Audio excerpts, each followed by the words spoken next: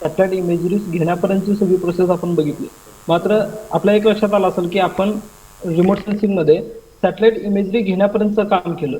एक satellite imagery download करून किंवा सॅटेलाइटद्वारे सॅटेलाइट इमेज घेऊन ती डेव्हलप करून ती एक हार्ड कॉपीमध्ये किंवा सॉफ्ट कॉपीमध्ये तयार करण्यापर्यंतची प्रोसेस आणि त्याच्यामध्ये असणारे सगळे इलिमेंट्स जे काय आहेत, त्याचे ब्राईटनेस असेल, त्याचं डीएन व्हॅल्यूज असतील, या सगळ्या गोष्टी आणि त्याच्यामध्ये वापरल्या जाणाऱ्या रेडिओमेट्रिक स्पेक्ट्रम जो वापरला जातो आणि तो कोणत्या कामासाठी कोणते स्पेक्ट्रमचे रिजन्स वापरले जातात तिथपर्यंतचा स्टडी आपण केला. मग ह्या सगळ्यामधून आपल्या लक्षात आलं की आपण रिमोट सेन्सिंग मध्ये सॅटेलाइट इमेजरी घेण्यापर्यंत काम करू शकतो.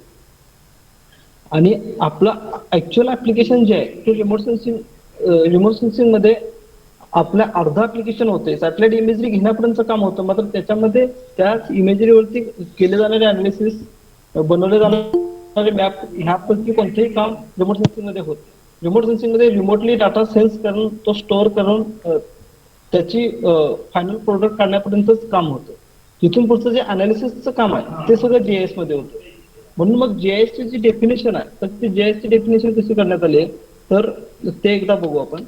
जीआयएस ची जी tools to receive, analyze, manipulate and store the geographical data किंवा geospatial data. जो geospatial data आहे तर तो रिसीव्ह करणे, अनालाइज करणे, मॅनिप्युलेट करणे आणि स्टोअर करणे इतकं काम जीआयएस मध्ये चालतं. म्हणजे जीआयएस मध्ये जिओस्पेशियल डाटा कलेक्ट करण्याचं काम चालत नाही. जिओस्पेशियल डाटा कलेक्शन करण्याचं काम हे रिमोट सेन्सिंग मध्ये चालतं. जसं आपण रिमोट सेन्सिंग मध्ये सॅटेलाइट इमेजरीज डाउनलोड करून घेतल्या, कलेक्ट करून घेतल्या, ओके, सॅटेलाइट इमेजरीज कॅप्चर करणं आणि सॅटेलाइट इमेजरी कॅप्चर केलेल्या डेटावरून इमेज तयार करण्यापर्यंतचं काम रिमोट सेन्सिंग मध्ये होतं. आणि तयार केलेला डेटा रिसीव्ह करणे, त्यावरती अनालाइज करणे, त्याचं मॅनिप्युलेट करणे आणि त्याला जिओस्पेशियल डेटावरून वेगवेगळ्या प्रकारचे अनालिसिस करून आपला जे हवा आहे तसा आउटपुट काढणे हे काम जीआयएस मध्ये चालतं. म्हणजे जीआयएस हे रिमोट सेन्सिंग शिवाय चालत नाही आणि फक्त रिमोट सेन्सिंग वर आपलं काम संपत नाही. म्हणजे ह्या दोन्ही गोष्टी असल्याशिवाय आपण जीआयएस आणि रिमोट सेन्सिंग, म्हणूनच ह्या कन्सेप्ट आपण जीआयएस आणि रिमोट सेन्सिंग एकत्र वापरतो. आणि जीआयएस मध्ये रिमोट सेन्सिंगचा जसा डेटा घेतला जातो तसा जीपीएसचा सुद्धा डेटा घेतला जातो. ओके, आता जीपीएसचा जो डेटा घेतला जातो म्हणून मग ह्या तिन्ही कन्सेप्ट एकत्रित येण्यासाठी म्हणून आपण तिसरी एक टर्म काढली ज्याला आपण म्हणतो जिओ इन्फॉर्मेटिक्स, ज्याच्यामध्ये फक्त जीआयएस नाही, फक्त रिमोट सेन्सिंग नाही किंवा फक्त जीपीएस नाही आणि किंवा फक्त जिओस्पेशियल डेटाचे सोर्सेस नाही, तर हे सगळे सोर्सेस एकत्र मिळून ज्या कन्सेप्टला आपण नाव दिलं त्याला म्हणतो आपण जिओ इन्फॉर्मेटिक्स. ओके, म्हणजेच मग जिओ इन्फॉर्मेटिक्स मधला एक भाग आपण शिकलो की रिमोट सेन्सिंग आणि आता दुसरा भाग आपण शिकायला लागलोय जीआयएस, ज्याला आपण जॉग्राफिकल इन्फॉर्मेशन सिस्टम असं म्हणतोय. ओके, आता जीआयएस मध्ये बघा, आपण ज्यावेळी जीआयएसचं इंट्रोडक्शन करतोय त्यावेळी तुमच्या समोर एक आता पिक्चर दिसायला लागलाय. त्याच्यामध्ये खालच्या साईडला अर्थ सरफेस आहे जो रिअल वर्ल्ड आहे. ओके, हा जो अर्थ सरफेस आहे किंवा हे जे रिअल वर्ल्ड आहे त्या रिअल वर्ल्डची घेतलेली एक सॅटेलाइट इमेजरी आहे, खालची दिसायला लागली ही सॅटेलाइट इमेजरी आहे. आणि त्या सॅटेलाइट इमेजरी मधून आपण वरती जे काही लेअर्स दिसायला लागले हे सगळे लेअर आपण त्याच्यामध्ये एक्स्ट्रॅक्ट केले. त्याच्यामधला पहिला जो लेअर आहे तो लँड यूज लँड कव्हरचा लेअर आहे. दुसरा जो लेअर आहे तो कदाचित अजून कुठला तरी इंडस्ट्रियल रिजनचा वगैरे असू शकतो. त्याच्यावरचा आपल्याला कदाचित रोड सारखा दिसायला लागला किंवा प्लॉटिंग, जे आपलं जमिनीचं प्लॉटिंग असतं ते प्लॉटिंग आहे. तिसरा लेअर आहे रोडचा लेअर आहे. चौथा अजून कोणता तर लेअर आहे. पाचवा अजून कोणता तर लेअर आहे. म्हणजे आपण सॅटेलाइट वरून ज्या इमेजरीज डाउनलोड करून घेतो किंवा इमेजरीज घेतो त्या इमेजरीजच्या बेसवर आपण वेगवेगळे लेअर बाजूला काढून घेतो. आता इमेजरीज घेण्यापर्यंतचं काम हे जीआयएस मध्ये झालेलं आहे, रिमोट सेन्सिंग मध्ये झालेलं आहे.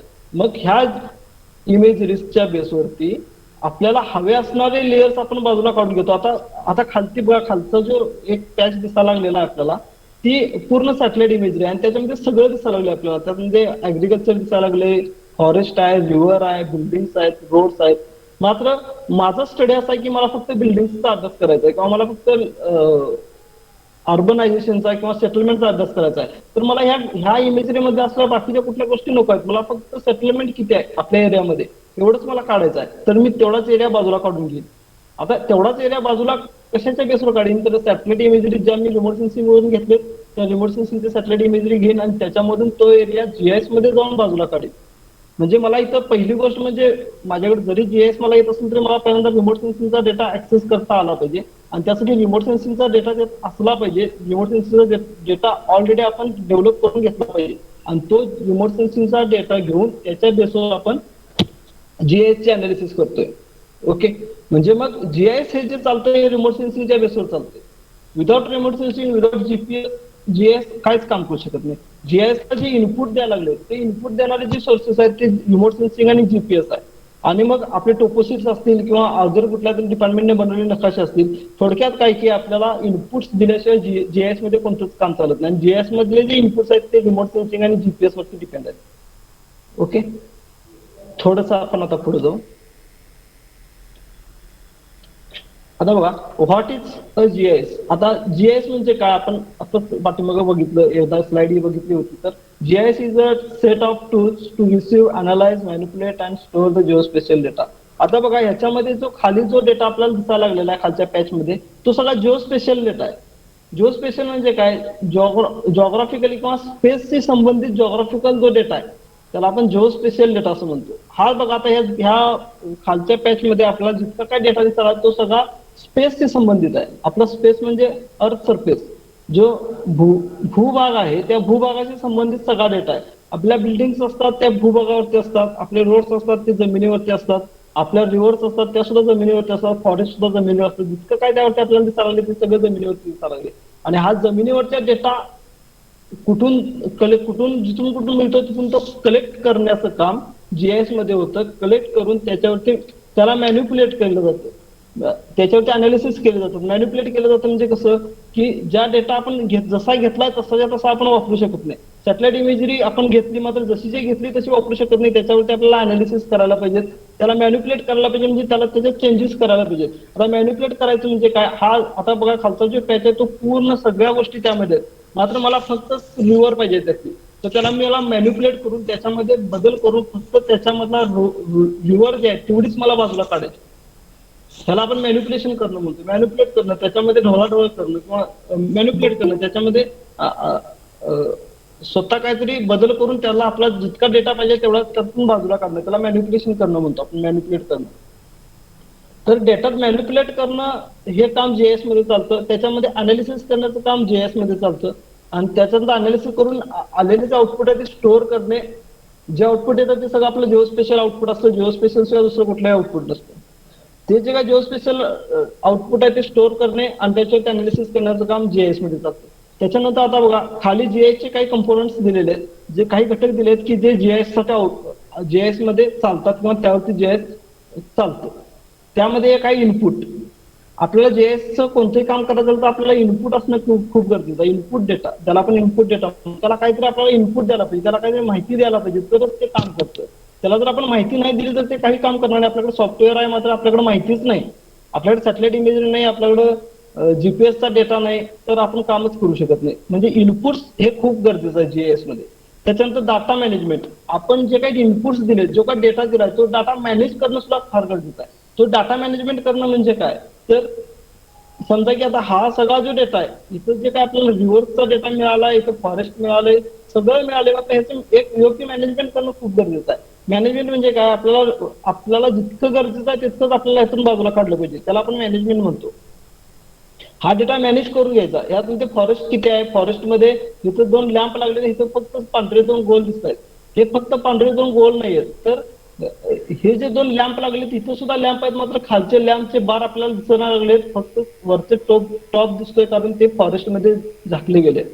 म्हणजेच काय, हे सगळं फॉरेस्ट आहे, तर फॉरेस्टमध्ये हे 2 डॅम सुद्धा आहेत. तर मला जर फॉरेस्टचा स्टडी करायचा झाला तर हे 2 डॅम आहेत तर ते मला बाजूला काढावे लागतील. ह्यालाच म्हणतोय आपण की डाटा मॅन्युप्युलेट करणे किंवा डाटा मॅनेजमेंट करणे. ह्या डेटाचं ह्याला म्हणतो आपण डेटा मॅनेजमेंट. म्हणजे डाटा मॅनेजमेंट सुद्धा एक जीआयएस मधला खूप महत्वाचा भाग आहे. ओके, त्याच्यानंतरचा एक महत्वाचा भाग आहे म्हणजे manipulation and analysis. Data manipulate करणे आणि त्याचं अनालिसिस करणे. हा जो डाटा आहे ना, ह्याला मॅन्युप्युलेट सुद्धा करावं लागतं आपल्याला. मॅन्युप्युलेट म्हणजे काय की आता समजा की हा जो सॅटेलाइट इमेजचा जो पॅच आहे त्याच्यामधला मला फक्त बिल्डिंगचा स्टडी करायचा आहे, तर ह्या डेटाला मला मॅन्युप्युलेट करून फक्त बिल्डिंगचा डेटा मला बाजूला काढायचा आहे. मला ते बाजूला काढून तेवढ्यावर मी स्टडी करणार आहे, बाकीचा अननेसेसरी आहे, माझ्यासाठी तो आवश्यक नाही आहे. मला जर समजा पुराचा अभ्यास करायचा आहे तर मात्र मला रिव्हरचा डेटा घ्यावा लागेल. जिथून रिव्हर गेले, रिव्हरच्या अलॉंग दोन्ही साईडला कोणता भाग आहे, रिव्हर काय सगळीकडे पूर आला तर काय पूर्ण शहरात पाणी पसरणार नाही.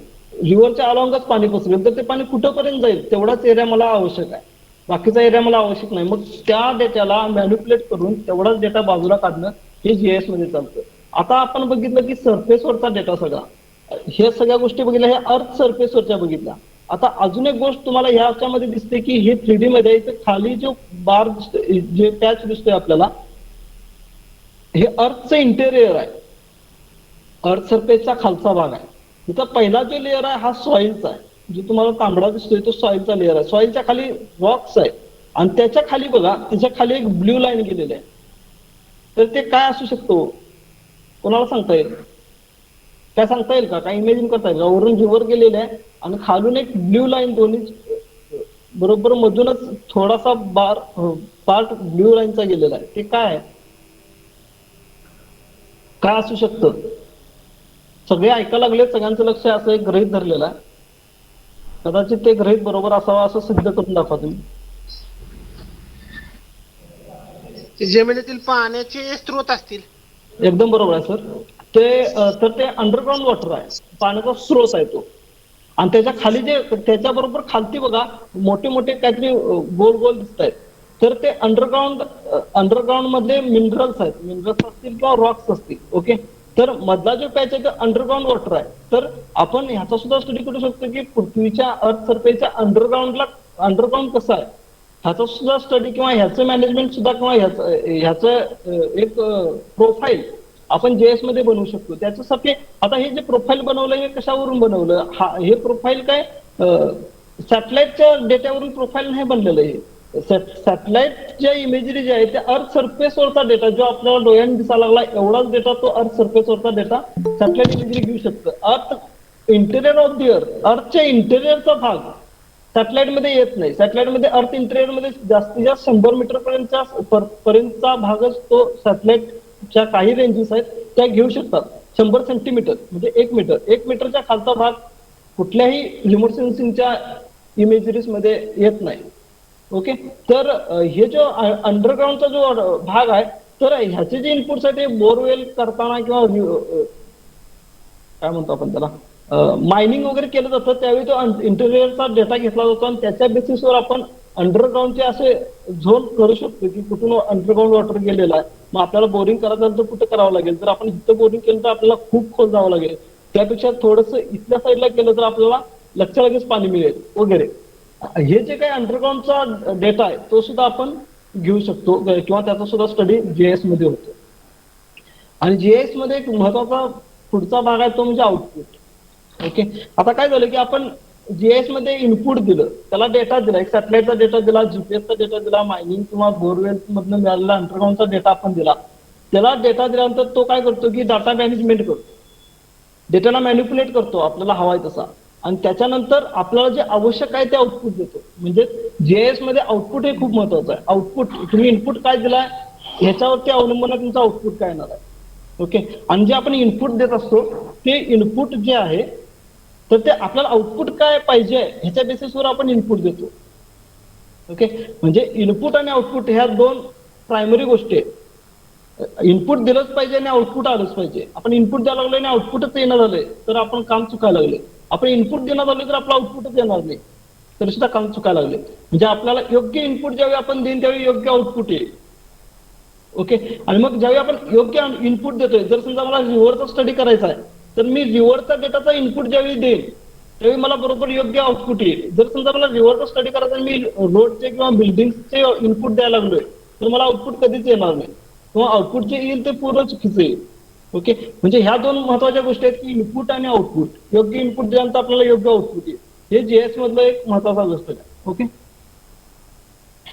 याच्यानंतरचा भाग आहे म्हणजे जीएस मध्ये input, data management, data manipulation and analysis आणि आउटपुट, ह्या 4 गोष्टी फार महत्वाच्या आहेत. ओके, त्यानंतरचा आपण थोडंसं पुढे जाऊ.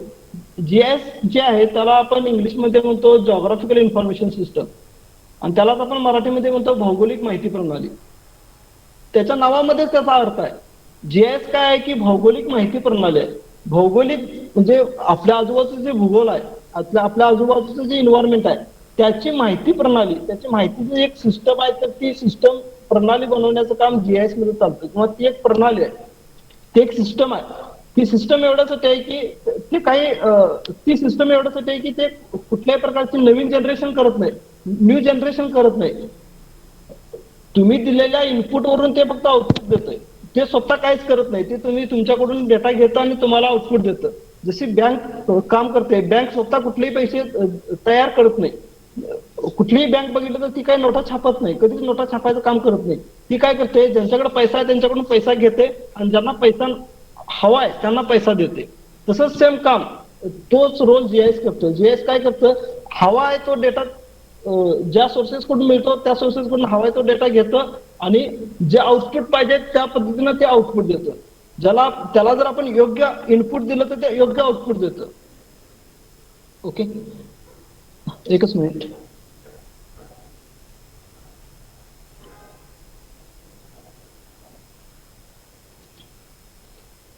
ओके, आवाज येतोय?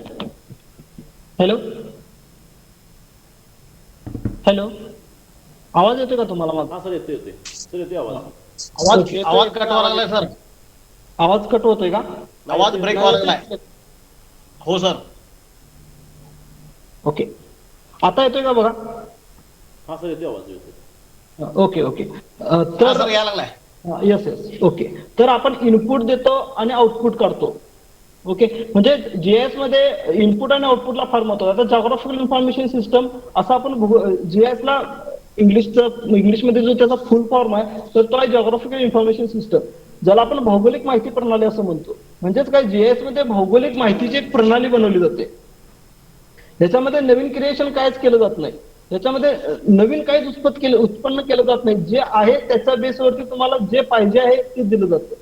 आपल्याकडे जे आहे ते आपण त्याला इनपुटला द्यायचं आहे, ते आपल्याला जे पाहिजे ते तो आउटपुट देतो. आता जी जीआयएसची जी प्रोसेस चालते तर ती कशी चालते बघा.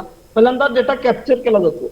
आता डेटा कॅप्चर करण्याचं काम जीआयएस मध्ये चालत नाही. डेटा कॅप्चर करण्याचं काम रिमोट सेन्सिंग मध्ये चालतं.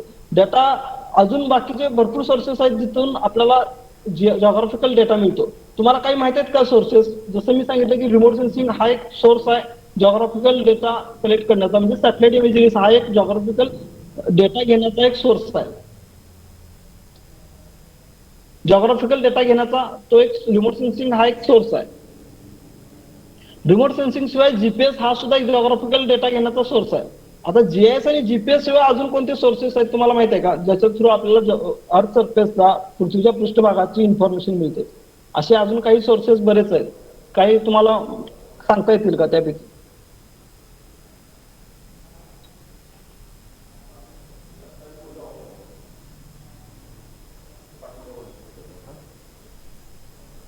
तुम्ही काय करा, तुम्हाला गाडी कधी लागते का नाही, फक्त फोन करा. हॅलो,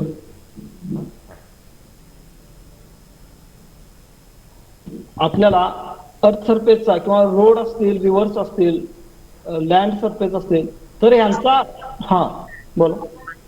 नकाशे हा, कोणते नकाशे? हे आपले शासनाने जाहीर केलेले नकाशे. एकदम बरोबर आहे, शासनाने जाहीर केलेले नकाशे. त्याच्यामध्ये मग सॉइलचे नकाशे असतील, त्याच्यानंतर जिओलॉजीचे नकाशे असतील, ग्राउंड सर्वेचे नकाशे असतील, रोड मॅप्स असतील. ह्या सगळ्या मॅप्सच्या द्वारे सुद्धा आपल्याला अर्थ सरफेसचे इन्फॉर्मेशन मिळते की जी जीआयएस मध्ये इनपुट म्हणून आपण वापरू शकतो. याच्याशिवाय अजून काय आहेत का इनपुट्स? तुम्ही बरोबर सांगितलं सर, एकदम चांगला सोर्स आहे तो. जीआयएस मध्ये डाटा इनपुट देण्याचा आणि काही सोर्स आहेत का? भरपूर आहेत. त्यापैकी काही तुम्हाला माहित आहेत का?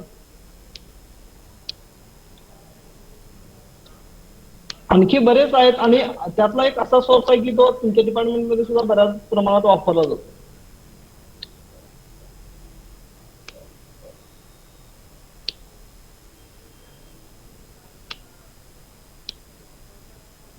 ओके, टोपोशीट कोणी ऐकले का?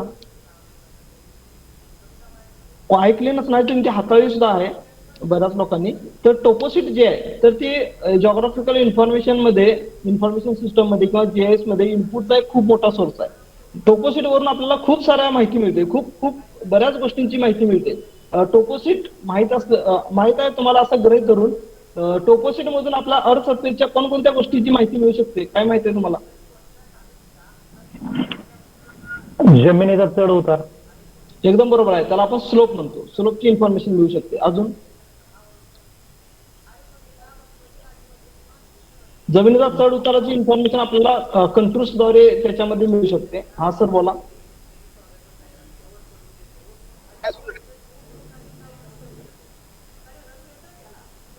हॅलो.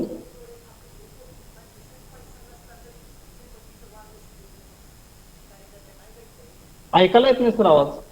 म्यूट आहे. Hello sir. हा सर. नाही कोणतरी कॅमेरा ऑन केले, मला वाटतं त्यांना बोलायचं आहे पण त्यांचा आवाज ऐकायला येत नाही. हा बोला. कुणाला बोलायचं आहे का? सचिन नाईक. ओके ठीक आहे. तर टोपोसिट जो आहे ना तो सेम आपले सॅटेलाइट इमेजरी जसा रोल करतो सेम तसं रोल करतात.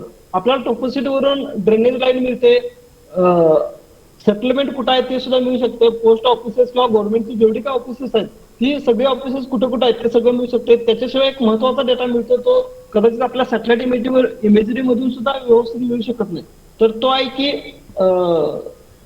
आपले जे इलेव्हेशन आहे त्याच्यावरती काहीतरी त्याला आपण म्हणतो की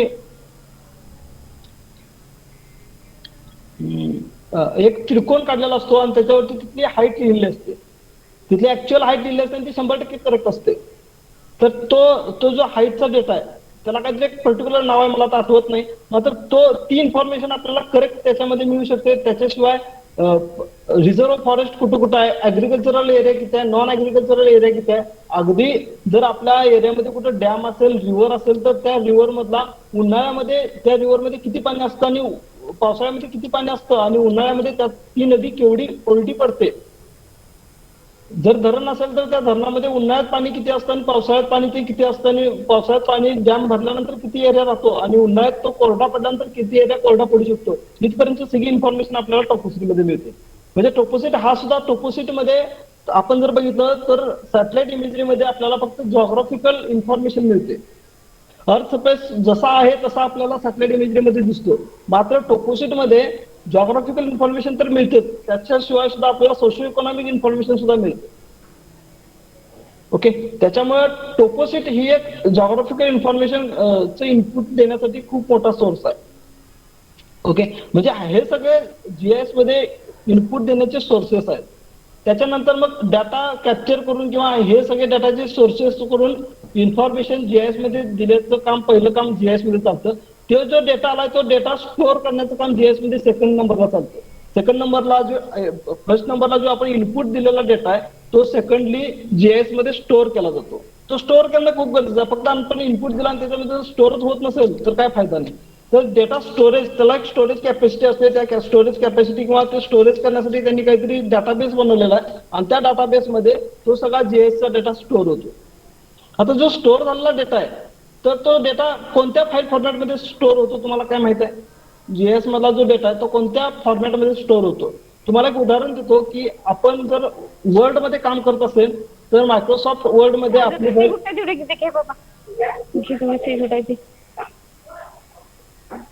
काढून ठेवलंय तर वर्ड मध्ये आपण वर्डची जी फाईल आहे ती डॉट वर्ड मध्ये सेव्ह करतो. ओके. जर डॉक्युमेंट फाईल असेल तर डॉट पीडीएफ मध्ये सेव्ह करतो. वर्डची फाईल डीओसी मध्ये सेव्ह होते, डॉट डॉक मध्ये सेव्ह होते. जर जेपीजी फाईल असेल, फाईल पिक्चर फॉर्मॅट मध्ये फाईल एखादी असेल तर ती जेपीजी मध्ये सेव्ह होते. म्हणजे प्रत्येक फाईलला एक काहीतरी फॉर्मॅट असतो. त्याचप्रमाणे जीएस मध्ये सुद्धा जीएसचा जो डेटा आहे तो डेटा सेव्ह करण्यासाठी एक पर्टिक्युलर फॉर्मॅट आहे. कोणता फॉर्मॅट आहे तुम्हाला माहित आहे कोणाला? It's okay. तर जीआयएस मध्ये जो आपण डेटा स्टोअर करतो त्याचा जो फॉर्मॅट आहे त्याला आपण डॉट एसएचपी फॉर्मॅट राहतो, त्याला आपण सेफ फाईल असं म्हणतो, सेफ फॉर्मॅट डॉट एसएचपी. तुम्ही जर कुठे जर नकाशा बनवायला गेला तर तुम्हाला ते विचारते की तुमच्याकडे सेफ फाईल आहे का?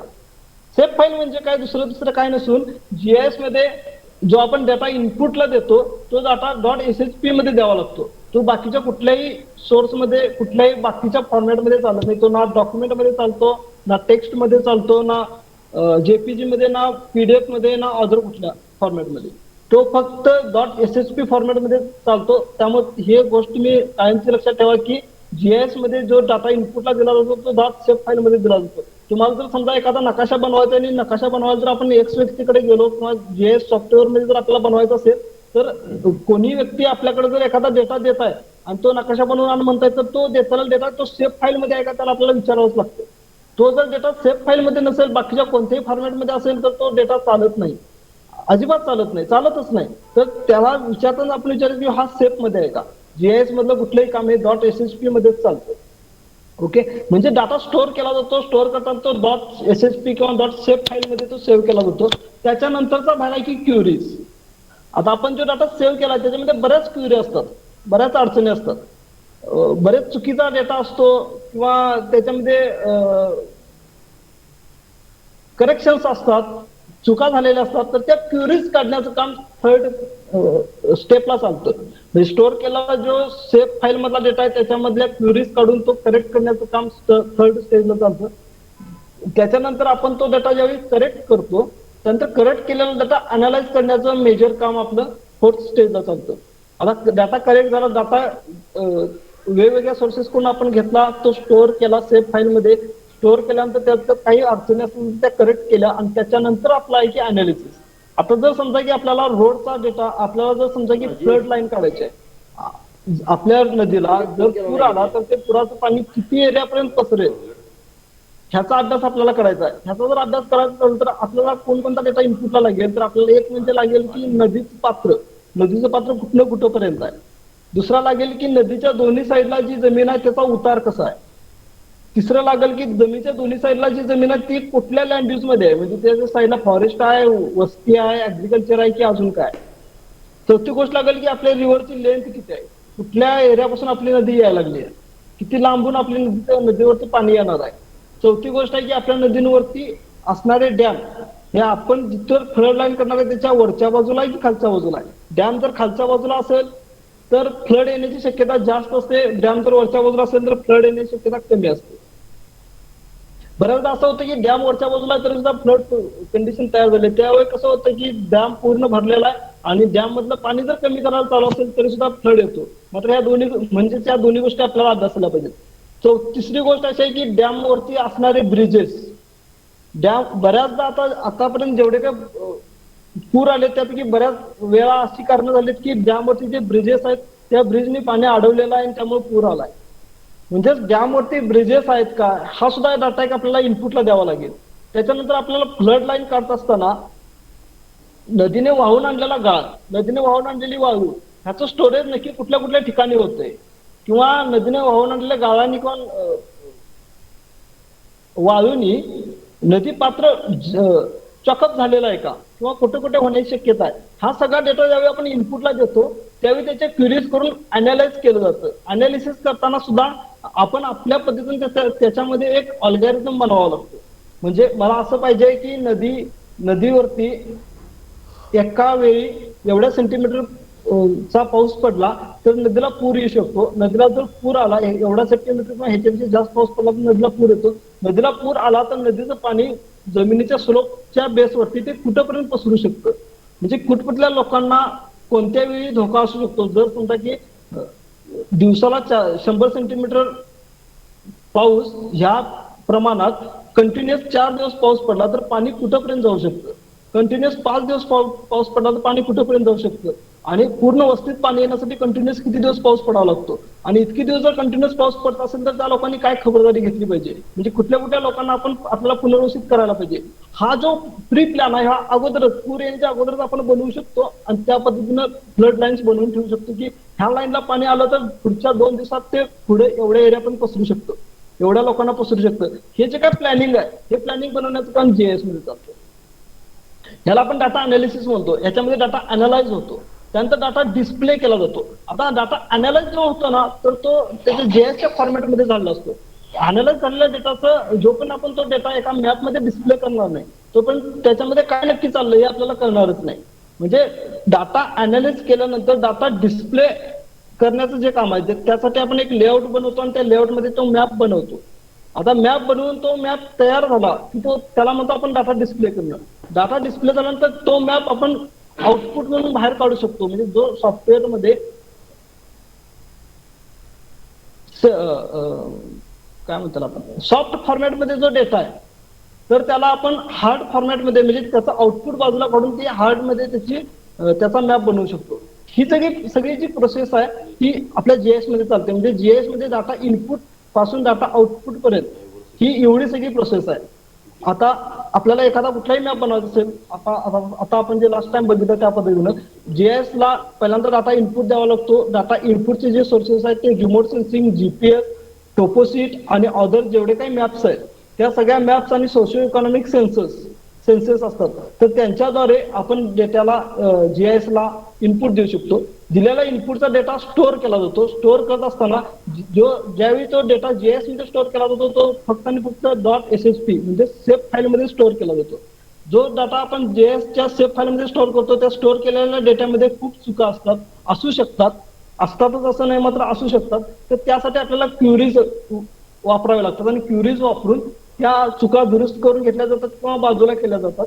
चुका दुरुस्त करण्यासोबतच क्युरीज अजून एका गोष्टीसाठी वापरलं जातं की आपण डाटा इनपुटला देत असताना समजा की आपण सॅटेलाइट इमेज जर इनपुटला दिली तर सॅटेलाइट इमेज मधला सगळा भाग आपल्याला वापरण्याची गरज नसते. तर डेटा जेवढी आपल्याला गरज आहे तेवढाच डेटा बाजूला काढण्याचं काम सुद्धा क्युरीज मध्ये चालतं. त्याच्यानंतर मग दिलेला डाटा जो आहे आपल्याला आपल्या आवश्यकतेनुसार त्याला आपण डाटाचे इनपुट द्यायचं आहे आणि दिलेल्या इनपुटला आपल्याला ज्या पद्धतीने आउटपुट पाहिजे त्या पद्धतीने त्याचं अनालिसिस करायचं. अनालिसिस केल्यानंतर आपल्याला जे आवश्यक आहे तो आउटपुट येतो. म्हणजे त्या डेटाचा आउटपुट येतो, ते आउटपुट डिस्प्ले होतं. डिस्प्ले झाल्यानंतर आलेलं जे आउटपुट आहे ते आपण प्रिंट आउट मध्ये काढून घेतो. म्हणजे इनपुट पासून आउटपुट पर्यंतची एवढी प्रोसेस आपल्या जीएस मध्ये चालते. याच्यानंतर थोडस पुढे जाऊ आपण. आता बघा GIS has four essential fundamentals. GIS मध्ये एक 4 महत्वाचे फंडामेंट्स आहेत. त्याच्यामध्ये पहिलं फंडामेंटल असं आहे की व्हिज्युअलायझेशन, डाटा व्हिज्युअलाइज करणे. दुसरं आहे की डाटा मॅनेजमेंट. तिसरं आहे की स्पेशल अनालिसिस. आणि चौथा आहे जे स्पेशल अनालिसिस डेटा झालेला आहे त्याचं अर्थ सरफेस वरती किंवा अर्थ ग्लोबच्या बेसने ते डिस्प्ले करणं. ओके, ह्या 4ही प्रोसेस आपण पाठवणच्या स्लाइड मध्ये बघितल्याच होत्या. त्याच्यानंतर इथं बघा इथे एक पिक्चर दाखवलेला आहे. ह्याच्यामध्ये जीआयएसचं काम नक्की कसं चालतं हे सांगितलेलं आहे. आता जीआयएसचं जे काम आहे, जीआयएस मध्ये सगळ्यात महत्वाची गोष्ट असते की प्रोसिजर. एक पर्टिक्युलर प्रोसिजर ठरलेली असते. त्या प्रोसिजरनेच आपल्याला काम करावं लागतं आणि प्रोसिजरच्या अगोदर डेटा. आपल्याला डेटा खूप महत्वाचा आहे. डेटा हे फंडामेंट्स आहे जीएस. जीएस चं आपल्याकडे सॉफ्टवेअर आहे, जीएस ची प्रणाली आहे, हार्डवेअर आहे, सगळं आहे. मात्र जर आपल्याकडे डेटाच नसेल तर जीएसचं कोणतंच काम चालणार नाही. म्हणजे जीएसच्या फंडामेंट्स मध्ये डाटा हे खूप महत्वाचा गोष्ट आहे. डाटा ही एक खूप नेसेसरी थिंग आहे. डेटावरच बाकी सगळं काम चाललेलं आहे. म्हणून डेटा हे जीएस मध्ये खूप महत्वाचं काम आहे. डेटानंतर प्रोसिजर. आपल्याकडे जेवढा काही डेटा अवेलेबल आहे तो सगळ्याचा सगळा एका कसा पाहिजे तसा आपण वापरू शकत नाही. आपल्याला जो हवा आहे तेवढाच डेटा आपण त्यातून बाजूला काढला पाहिजे. म्हणजे एक प्रोसिजर राहते त्याला. तशी एक प्रोसिजर त्याच्यामध्ये चालते. म्हणजे प्रोसिजर हा हे सुद्धा जीआयएस मध्ये महत्वाची गोष्ट आहे. आता प्रोसिजर नंतर राहतं की आपल्याकडे डेटा आहे, डेटा योग्य पद्धतीनं तो मांडलेला सुद्धा आहे. पण आपल्याकडे जर हार्डवेअर नसेल तर आपण काहीच करू शकणार नाही. आपल्याकडे सॉफ्टवेअर आहे, डेटा आहे, डेटा मॅन्युप्युलेट सुद्धा केलेला आहे, मात्र हार्डवेअरच नाही. आपल्याकडे कॉम्प्युटर नाही, सिस्टम नाही तर आपण काही काम करू शकणार नाही. म्हणजे सिस्टम ही सुद्धा एक महत्वाची नेसेसरी थिंग आहे. सिस्टम नंतरची गोष्ट आहे की पीपल एवढ्यासाठी आहे की सिस्टम आहे, डेटा आहे, सॉफ्टवेअर आहे, मात्र ते रन करायला चालवायला जर पीपल नसेल, युजर नसेल तरी काही उपयोग नाही. त्याला युजर पाहिजे, कारण तो डेटा हँडल करणं, आपला जे जसं पाहिजे तसं इनपुट देणं आणि पाहिजे तसं आउटपुट काढणं, तिथपर्यंतची कामं जरी सॉफ्टवेअर करत असेल तरी सॉफ्टवेअरला हँडल करण्यासाठी युजरची खूप गरज आहे. ओके, आणि त्याच्यानंतर जी गोष्ट आहे युजर नंतर सॉफ्टवेअर. हार्डवेअरला चालवण्यासाठी सॉफ्टवेअरची गरज आहे. फक्त हार्डवेअर काहीच उपयोगाचं नाही. आपल्याकडे मोबाईल आहे, मात्र मोबाईलमध्ये जर सॉफ्टवेअर नसेल, त्याच्यामध्ये जर अँड्रॉइड, आपले आता बऱ्यापैकी सगळ्यांचे मोबाईल अँड्रॉइड आहेत, तर अँड्रॉइड ऍप जर आपल्या मोबाईलमध्ये नसेल, अँड्रॉइड सॉफ्टवेअर जर नसेल तर आपला सॉफ्टवेअर मोबाईल चालणारच नाही. मोबाईलमध्ये साधी गेम सुद्धा आपण खेळू शकणार नाही. तर मोबाईल चालण्यासाठी मोबाईल हा एक हार्डवेअर झालं. मोबाईल त्या हार्डवेअर मध्ये जोपर्यंत आपण सॉफ्टवेअर घालत नाही तोपर्यंत ती गोष्ट कामच करणार. म्हणजेच आपल्याला सॉफ्टवेअर सुद्धा तेवढंच महत्वाचं आहे. ओके, हे जीएस चे काही फंडामेंट्स आहेत. त्याच्यानंतर आता कंपोनंट्स ऑफ जीएस. आपण जे पाठीमागच्या गोष्टीत बघितलं हे सगळे कंपोनंट्स आहेत. आता एक एक कंपोनंट आपण बघू. Sorry components of GIS. जीएसच्या कंपोनंट मध्ये पहिला कंपोनंट आहे हार्डवेअर. जसं पाठीमागच्या पिक्चर मध्ये आपण बघितलं की हार्डवेअर, जीएसच्या हार्डवेअर मध्ये काही महत्वाच्या गोष्टी येतात. त्याच्यामध्ये पहिली गोष्ट आहे की कॉम्प्युटर सिस्टम. आपल्याकडे कॉम्प्युटर सिस्टम असणं खूप गरजेचं आहे. त्याच्यामध्ये मॉनिटर आणि पूर्ण कॉम्प्युटरची सिस्टम. ह्याच्याच बरोबर कॉम्प्युटर सोबत कॉम्प्युटरचे जे काही ऍसेसरीज आहेत जसं की प्रिंटर असेल आणि बाकीच्या गोष्टी, हे सगळे ऍसेसरीज असणं सुद्धा गरजेचं आहे. आपण काढलेलं आउटपुट प्रिंटआउट स्वरूपात घेण्यासाठी म्हणजे सॉफ्टवेअर हे खूप एक इसेन्शियल किंवा जीएसचा एक इसेन्शियल कंपोनंट आहे. आता बघा हार्डवेअर मध्ये टाइप्स ऑफ कॉम्प्युटर प्लॅटफॉर्म. आता कॉम्प्युटरमध्ये सुद्धा वेगवेगळ्या प्रकारचे कॉम्प्युटर आहेत. लॅपटॉप्स आहेत, पुन्हा कॉम्प्युटरमध्ये त्याच्या व्हर्जन नुसार चेंज झालेले बरेच कॉम्प्युटर्स आहेत. तर ते वेगवेगळ्या प्रकारचे कॉम्प्युटर्स येतात त्यामध्ये हार्डवेअर मध्ये. त्यानंतर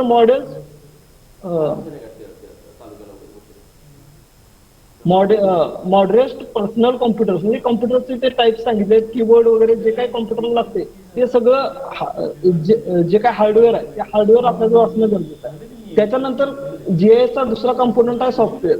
हे जे काही हार्डवेअर आहे हे हार्डवेअर रन करण्यासाठी सॉफ्टवेअर चालवण्यासाठी हार्डवेअरची गरज पडते. किंवा सॉफ्टवेअरमध्ये जोपर्यंत सॉफ्टवेअर येत नाही तोपर्यंत हार्डवेअर कामच करू शकत नाही. म्हणजे हार्डवेअरला युटिलाइज करण्यासाठी हार्डवेअरचा उपयोग करून घेण्यासाठी त्याच्यामध्ये सॉफ्टवेअर असणं गरजेचं आहे. म्हणजे सॉफ्टवेअर हे सुद्धा एक जीएस मधलं खूप महत्वाची गोष्ट आहे. हॅलो, आता जीएसच्या सॉफ्टवेअरमध्ये जीएसचं सॉफ्टवेअर जरी हार्डवेअर चालवत असलं तरी ते एक पर्टिक्युलर वेगळ्या कामासाठी ते बनवलेलं सॉफ्टवेअर आहे. आता जीएसचं सॉफ्टवेअरमध्ये महत्वाच्या गोष्टी कुठल्या चालतात तर इनपुट केलेल्या डाटाचं मॉडेलिंग बनवणे, त्या डाटाला एडिटिंग करणे, मॅनिप्युलेट करणे, त्याचे अनालिसिस करणे, त्याच्या बेसवरती वेगवेगळ्या प्रकारचे मॉडेलिंग रन करणे, त्यानंतर मॉडेल रन करून आलेला जो डेटा आहे तो रिप्रेझेंट करणे. आलेलं जे आउटपुट आहे ते रिप्रेझेंट करण्याचं काम सॉफ्टवेअरमध्ये चालतं. ओके, त्याच्यानंतरची जीआयएसचा एक महत्वाचा कंपोनंट आहे तो म्हणजे डेटा. आता डाटा जो आहे ते डेटामध्ये खूप वेगवेगळे प्रकार करतात आणि आपल्याला जशी गरज आहे, आपल्याला जे आउटपुट पाहिजे त्याच्या बेसवरती आपल्याला इनपुट डेटा द्यावा लागतो. आता डेटामध्ये जर बेसिक बघितलं तर ऍट्रिब्यूट डेटा आणि ऍट्रिब्यूट डेटाच्या वेळी अगोदर special data. Special data GS मध्ये खूप महत्वाचा असतो कारण जीएस मध्ये स्पेशल अनालिसिस चालतात, जिओ स्पेशल अनालिसिस चालतात. त्यामुळे जिओ स्पेशल रिलेटेड इनपुट्स असणं खूप गरजेचं आहे. त्याला आपण इनपुट डेटा असं म्हणतो, स्पेशल इनपुट डेटा. आता स्पेशल इनपुट डेटामध्ये काय येतं की रिव्हर्स असतील, आपल्या ऍग्रिकल्चरल एरिया असेल, फॉरेस्ट एरिया असेल, स्लम एरिया असेल, त्याच्यानंतर बाकीचे सगळे म्हणजे जेवढा काय स्पेसशी संबंधित डेटा आहे तो सगळा स्पेशल डेटामध्ये येतो. आता जर समजा की आपल्याकडे एखाद्या रिव्हरचा डेटा आहे तर ती रिव्हर कोणती आहे ते पण आपल्याला माहित असलं पाहिजे. आता समजा की एखाद्या एरियामधून 2-3 रिव्हर गेले तर ती कोणती रिव्हर कोणती आहे त्या रिव्हरला काहीतरी नाव असतं. मग त्या रिव्हरचं जे नाव आहे त्याला ऍट्रिब्यूट डेटा असं म्हणतो. त्याला ज्यावेळी आपण ऍट्रिब्यूट डेटा देतो त्यावेळी त्या रिव्हरचं नाव त्याच्यामध्ये येतं. समजा की एखादं शहर आहे, कोल्हापूर शहर, आणि कोल्हापूर शहरामधले सगळे कॉलेजेस आहेत, त्या कॉलेजेसचे पॉईंट्स आपल्याकडे दिलेले आहेत पॉईंट डेटामध्ये. आता जो पॉईंट डेटा आहे तो आपण स्पेशल डेटा म्हणतो. मग त्या पॉईंटला ज्यावेळी नाव देतो, हे पॉईंट म्हणजे हे कॉलेज आहे, ते पॉईंट म्हणजे तो कॉलेज आहे, तर ते जे आपण नाव देतो त्याला आपण ऍट्रिब्यूट डेटा असं म्हणतो. म्हणजे पॉईंट जे देतो त्याला आपण स्पेशल डेटा झाला की कॉलेज कुठं आहे इथपर्यंत आपल्याला कळालं. स्पेशल डेटा ज्यावेळी आपण ऍट्रिब्यूट डेटा अटॅच करतो त्यावेळी तो पॉईंट म्हणजे नक्की कोणतं कॉलेज रिप्रेझेंट करावं लागलाय ते सुद्धा कळतं. म्हणजे डेटामध्ये हे 2 भाग आहेत की स्पेशल डेटा आणि ऍट्रिब्यूट डेटा. आता स्पेशल डेटा आणि ऍट्रिब्यूट डेटानंतर तिसरा भाग होतो की remote sensing data. Remote sensing data सुद्धा आपल्याला स्पेशल डेटा प्रोव्हाइड करतो. रिमोट सेन्सिंग डेटाच्या बेसवर आपल्याला स्पेशल डेटा मिळतो. ओके, त्याच्यानंतरचा भाग आहे की ग्लोबल डाटाबेस. ग्लोबल डाटाबेस म्हणजे काय, असा एक डाटाबेस बनवला की जागतिक सगळा डेटा त्याचा सेव्ह झाला असतो. मग तो सोशल इकॉनॉमिक असेल, स्पेशल असेल, तर तो सगळा डेटा आपल्याला त्या एका सर्व्हर मधून मिळतो. त्याला आपण ग्लोबल डाटाबेस असं म्हणतो. अशा प्रकारचे हा जो डेटा आहे तर तो डाटा सुद्धा कॉम्पोनंट जीआयएस मधल्या एक महत्वाचा कंपोनंट आहे. आता जीआयएस मध्ये जे आपण महत्वाचे 3 कंपोनंट बघितले, एक म्हणजे हार्डवेअर, दुसरं सॉफ्टवेअर आणि तिसरं डेटा, आणि चौथं एक महत्वाचं आहे की पीपल. आपल्याकडे वरचे 3 कंपोनंट्स असून चालणार नाही. आपल्याकडे हार्डवेअर आहे, सॉफ्टवेअर आहे, डेटा आहे, सगळं आहे. मात्र जर त्याला योग्य इनपुट देऊन योग्य आउटपुट काढायचं जर असेल तर त्याला युजरची खूप गरज आहे आणि तो ट्रेंड युजर असणं खूप गरजेचं आहे. आपल्याकडे युजर कोणी असून चालणार नाही, तर त्याला तो सॉफ्टवेअर हाताळता आलं पाहिजे, योग्य प्रकारे इनपुट देऊन आउटपुट काढता आलं पाहिजे. सॉफ्टवेअर काम करतं तर ऑटोमॅटिक काम करतं, कॉम्प्युटर ऑटोमॅटिकली काम करतो, याचा अर्थ असं नाही की त्याला युजरची गरज पडणार नाही. त्याला सॉफ्टवेअर येणारा व्यक्ती पाहिजे. जीएस हे सेट ऑफ टूल्स आहेत. आपण त्याच्या डेफिनेशन मध्ये बघितलं की जीएस म्हणजे एक सेट ऑफ टूल आहे. टूलचा एक खूप मोठा सेट आहे. त्या सगळ्याला एकत्रित करून आपण जीएस असं सॉफ्टवेअर बनवलं. तर हे जे सॉफ्टवेअर, हे जे टूल्स आहेत, हे टूल्स ऑटोमॅटिकली अजिबात काम करणार नाहीत. ऑटोमॅटिकलीच काम करतात, मात्र जोपर्यंत त्याला आपण कमांड देणार नाही, त्याला काम कर म्हणून सांगणार नाही, त्याला इनपुट योग्य इनपुट देणार नाही, तोपर्यंत ते कामच करणार नाही. आणि त्याला मग योग्य इनपुट देण्यासाठी ट्रेंड युजरची गरज आहे. युजर तर असला पाहिजे, मात्र तो युजर ट्रेंड असला पाहिजे किंवा तो त्या फील्ड मधला त्याला त्याचं ज्ञान असलं पाहिजे त्या सॉफ्टवेअरचं, म्हणजेच तो योग्य इनपुट देईल आणि योग्य आउटपुट काढेल. ओके, म्हणजेच हे 4 महत्वाचे कंपोनंट आहेत जीएसचे: हार्डवेअर, सॉफ्टवेअर, डाटा आणि पीपल्स किंवा युजर. ओके, आपण थोडं पुढे जाऊ आता. इथं बघा, इथे सांगितलेलं आहे की what GIS can do. GIS काय करू शकतं, जीआयएस कोणकोणत्या गोष्टी करू शकतं. सगळ्यात पहिली गोष्ट जीआयएस करू शकते की आयडेंटिफिकेशन. जीआयएस मधून आपल्याला आपण आयडेंटिफाय करू शकतो की आपण म्हणजे एखादी गोष्ट आहे तर ती काय आहे. फॉर एक्झाम्पल सॅटेलाइट इमेज आहे, आपण रिमोट सेन्सिंगद्वारे सॅटेलाइट इमेज घेतली. सॅटेलाइट इमेज घेतल्यानंतर सॅटेलाइट इमेज मध्ये स्पेसवरचे भरपूर गोष्टी दिसतील आपल्याला. रिव्हर दिसेल, डॅम दिसेल. तर ते एखाद्या ठिकाणी रिव्हर गेले, एखाद्या ठिकाणचं जे फीचर आहे तर तो नक्की काय, ते रिव्हर आहे की कॅनॉल आहे की काय, किंवा रोड आहे. रोड, कॅनॉल आणि रिव्हर या तिन्ही लाईन फीचर मध्ये दिसतात किंवा एकसारख्या दिसतात. तर या तिन्ही मधला फरक ओळखण्याचं काम आपण जीआयएस मध्ये करतो. किंवा जोपर्यंत ट्रेंड पर्सन असणार नाही तोपर्यंत तो ओळखू शकणार नाही की या तिन्ही मधला फरक काय. हे फरक ओळखण्याचं काम आपण जीएस मध्ये करतो. जीएस मध्ये एक दुसरी गोष्ट चालते ती म्हणजे लोकेट. एखादी गोष्ट आहे तर ती कोणत्या लोकेशनवरती आहे, ती नक्की कुठे आहे, कुठे लोकेट करते, ते सुद्धा आपण जीएस मधून करू शकतो. चौथी एक महत्वाची गोष्ट करू शकतो. तिसरी की ट्रेंड्स. एखाद्या गोष्टीचा ट्रेंड कसा आहे, ट्रेंड काढण्याचं खूप महत्वाचं काम जीएस मध्ये चालतं. फॉर एक्झाम्पल समजा की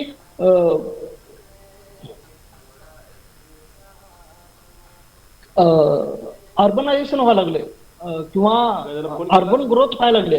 तर अर्बन ग्रोथ 1990 ला कोल्हापूर सिटी कशी होती, 2010 ला कशी होती, आणि 2020 ला कशी होती. 1990 ला किती एरियामध्ये बिल्डिंग्स होत्या आणि 2010 ला त्या वाढून किती एरियामध्ये पसरल्या अजून, आणि 2020 ला त्या अजून किती एरियामध्ये पसरल्या. हे आपण तोंडी समजा की तुमच्याकडे डेटा दिला की असं सांगितलं की 2019 ला 10 स्क्वेअर किलोमीटर मध्ये 10 स्क्वेअर किलोमीटर मध्ये कोल्हापूर शहर पसरलं होतं. 2010 ला 10 स्क्वेअर फूटचं 10 स्क्वेअर किलोमीटरचं 12 स्क्वेअर किलोमीटर झालं आणि 2020 ला 12 स्क्वेअर किलोमीटरचं 14 स्क्वेअर किलोमीटर झालं. आपण एवढं सांगू शकतो की दरवर्षी 2 स्क्वेअर किलोमीटरनी सिटी वाढत आहे. ह्याच्या पलीकडे आपण सांगू शकणार नाही की सिटी कोणत्या साईडला वाढत आहे. सिटी वाढत असताना त्याच्यामध्ये कोणत्या एरियावरती सिटी वाढायला लागली, म्हणजे थायलंड वरती वाढायला लागली, वेस्टलँड वरती वाढायला लागली, की वॉटर बॉडी सेटलमेंट मध्ये कन्वर्ट व्हायला लागले, की ऍग्रिकल्चर मध्ये वाढायला लागले, की अजून कसा चेंज व्हायला लागला. हा चेंज सांगण्याचं काम, हा चेंजचा जो ट्रेंड आहे हा ट्रेंड सांगण्याचं काम जीएस मध्ये होतं किंवा जीएसच्या बेसवरती आपण हा ट्रेंड सांगू शकतो. आता तिसरी एक गोष्ट सांगू शकतो की पॅटर्न, म्हणजे हा चेंजचा पॅटर्न सुद्धा आपण सांगू शकतो की चेंज व्हाय तर लागला, मात्र तो चेंज कोणत्या ट्रेंडनी व्हायला लागला, कोणत्या पॅटर्ननी व्हायला लागलाय, कोणत्या साईडला व्हायला लागलाय, त्याचा चेंजचा ट्रेंड, चेंजचा पॅटर्न आपण जीएसच्या बेसवर सांगू शकतो. त्याच्यानंतर हे झालं सगळं स्पेसशी संबंधित. आता स्पेसशी संबंधित अजून एक गोष्ट आहे की ऑप्टिमल पाथ. आपण ऑप्टिमल पाथ काढतो. बऱ्याचदा आपण ही गोष्ट जनरली प्रत्येक लोक आता वापरत असतील की आपल्याला समजा की एखाद्या अनोळख्या ठिकाणी जायचं आहे. कोल्हापूरमधून समजा मला कुठेतरी नरसिंहच्या वाडीला जायचं आहे. आता नरसिंहवाडीचा मला जर रस्ता माहित नसला तर कोल्हापूरमधून नरसिंहवाडीला जाण्यासाठी बरेच रस्ते आहेत. कोल्हापूरमधून आपण इचलकरंजीवरून नरसिंहवाडीला जाऊ शकतो. कोल्हापूरमधून कागलला येऊन पुन्हा असे बरेच रस्ते आहेत जे इचलकरंजीला कोल्हापूरमधून जातात, कोल्हापूरमधून नरसिंहवाडीला जातात. मात्र मला ऑप्टिमल पाथ काढायचे की शॉर्टेस्ट, मी इथून जर निघलो तर कमीत कमी वेळेत कमीत कमी अंतरामध्ये मी त्या ठिकाणी जाऊन पोहोचू शकेन. मग त्यासाठी आपण बऱ्याचदा गुगल मॅपचा यूज करतो. आता गुगल मॅप मध्ये जर मी 2 ठिकाणं काढली, फॉर एक्झाम्पल समजा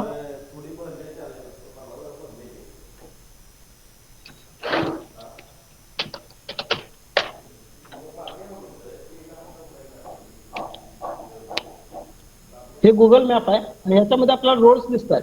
जर समजा मी कोल्हापूर टू नरसिंहवाडी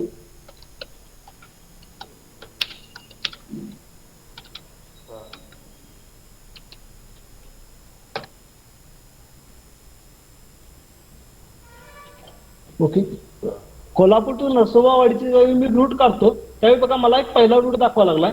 इथं जर मी क्लिक केला तर हा दुसरा रूट सुद्धा तो मला दाखवतो आणि इथं क्लिक केला तर हा तिसरा रूट सुद्धा दाखवतो. मग आता त्यांना दाखवताना पहिल्यांदा हा रूट का दाखवला तर हा शॉर्टेस्ट पाथ आहे. ह्याच्याशिवाय अजून बरेच रस्ते आहेत जे कोल्हापूरमधून नरसोबाच्या वाडीला जाऊन पोहोचतात. आता त्यापैकी कोणताही रस्ता त्यांना सांगितला नाही, सांगताना त्यांना हा एकच रस्ता सांगितला कारण हा शॉर्टेस्ट पाथ आहे. आता बघा दुसरी अजून एक गोष्ट आहे की कोल्हापूरमधून जर मला नरसोबाच्या वाडीला जायचं असेल तर मी असं डायरेक्टली मधून सुद्धा जाऊ शकतो ना. मला रोडची काय गरज आहे, मी डायरेक्टली सुद्धा असा रोड रस्ता दाखवू शकतो. मात्र ह्यानं रस्ता दाखवताना रोडच्या बेसवरतीच आपल्याला मार्ग दाखवलेला. कुठलाही मार्ग हा रोड सोडून बाजूला गेलेला नाही. बघा तर हा रोडवरूनच काय केलाय तर ह्याच्यामध्ये रोडचा डेटा इनपुटला दिलेला आहे आणि रोडचा डेटा इनपुटला देण्याचं काम जीआयएस मध्ये झालेलं आहे. ह्याचे जे काय फंक्शन चालतात ते सगळे जीआयएस चे फंक्शन आहेत. ह्याच्यामध्ये जे काय फंक्शन्स आहेत ते सगळे जीआयएस चे फंक्शन्स आहेत. ओके, म्हणजे शॉर्टेस्ट पाथ काढण्याचं एक महत्वाचं काम जीआयएस मध्ये चालतं. त्याच्यानंतरचा एक भाग आहे मॉडेल. आता वेगवेगळ्या प्रकारचे जीआयएस मध्ये मॉडेल बनवले जातात. फॉर एक्झाम्पल तुम्हाला जर सांगायचं झालं, ओके, तर मी तुम्हाला एक उदाहरण सांगतो की आपल्याला समजा 11,03 लाख आपण धरूया. मॉडेल बनवत असताना आपल्याला समजा की लँडस्लाइडचं मॉडेल बनवायचं आहे. म्हणजेच कोल्हापूर शहरामध्ये कोल्हापूर जिल्ह्यामध्ये अशी कोणकोणती ठिकाणं आहेत जिथं दरडी कोसळतात किंवा पुढे जाऊन दरडी कोसळण्याचा धोका आहे. 6 लाख मिळणार. ह्याचा जर मला अभ्यास करायचा तर मला इनपुटला काय काय गोष्टी द्याव्या लागतील. मला जर दरडीचा अभ्यास दरडी कोसळणे ज्याला आपण लँडस्लाइडिंग म्हणतो ह्याचा जर मला स्टडी करायचा झाला तर मला कोणकोणते इनपुट्स द्यावे लागतील, काय सांगता येईल तुम्हाला?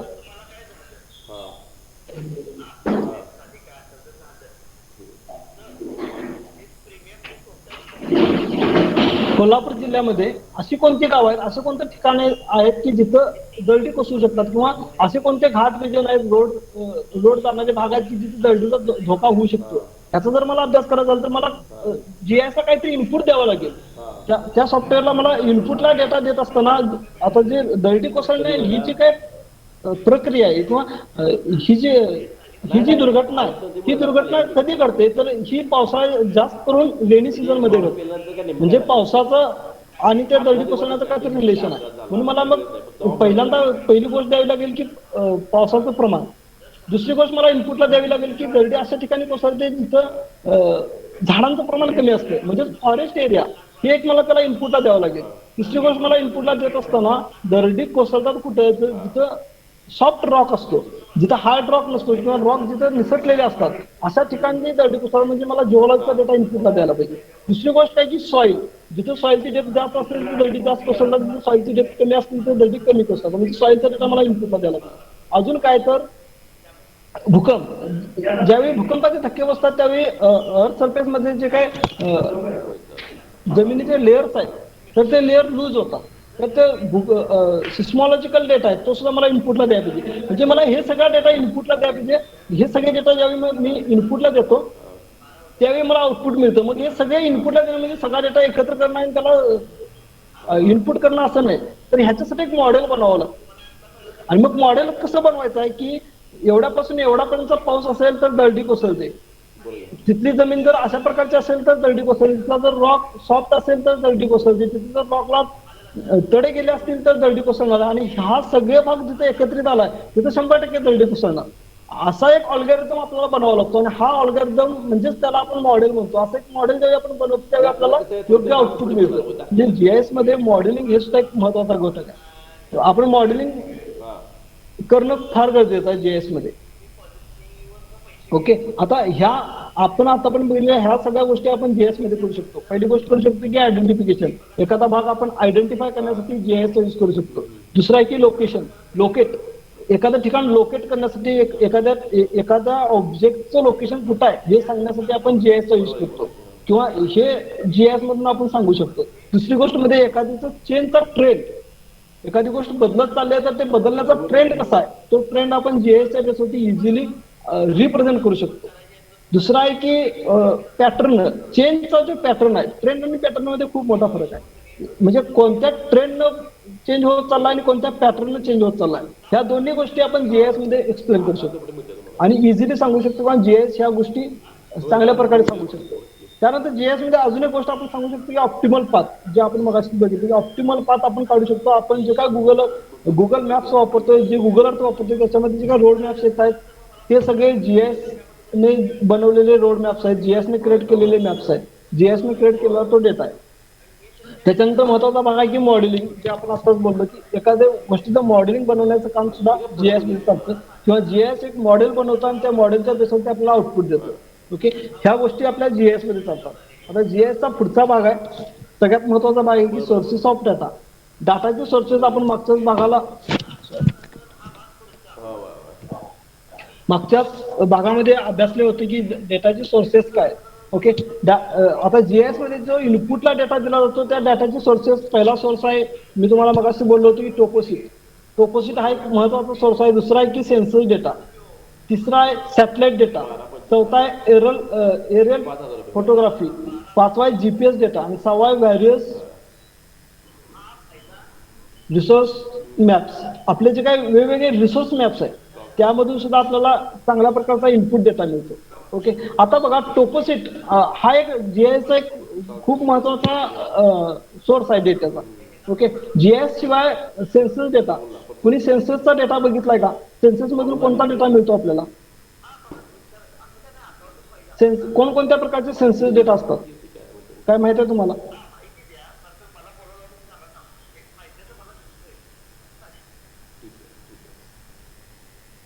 ते मला काय करणार मग ते लोनचं काय करणार? कोणकोणत्या प्रकारचे सेन्सस डेटा असतात? म्हणजे आपल्याला किमान 50,000 घ्यायचं काय 50,000 रुपये. ओके. पॉप्युलेशन सेन्सस कधी ऐकलाय? आणि त्याला किती दिवस फेडायचं? पॉप्युलेशन सेन्सस हा ज्याच्यामध्ये आपण जनगणना करतो ना तर त्याचा सगळा डेटा आपल्या पॉप्युलेशन सेन्सस मध्ये असतो. त्याच्याशिवाय सोशो इकॉनॉमिक सेन्सस असतो. त्याच्यानंतर रिसोर्स सेन्सस असतो. अशा बऱ्याच सेन्सस असतात की त्या सेन्सस मधून आपल्याला त्या घटकाचं पूर्ण इन्फॉर्मेशन मिळते. तर हा जो सेन्सस डेटा आहे तो सुद्धा एक जीएसचा खूप मोठा इनपुटचा सोर्स आहे.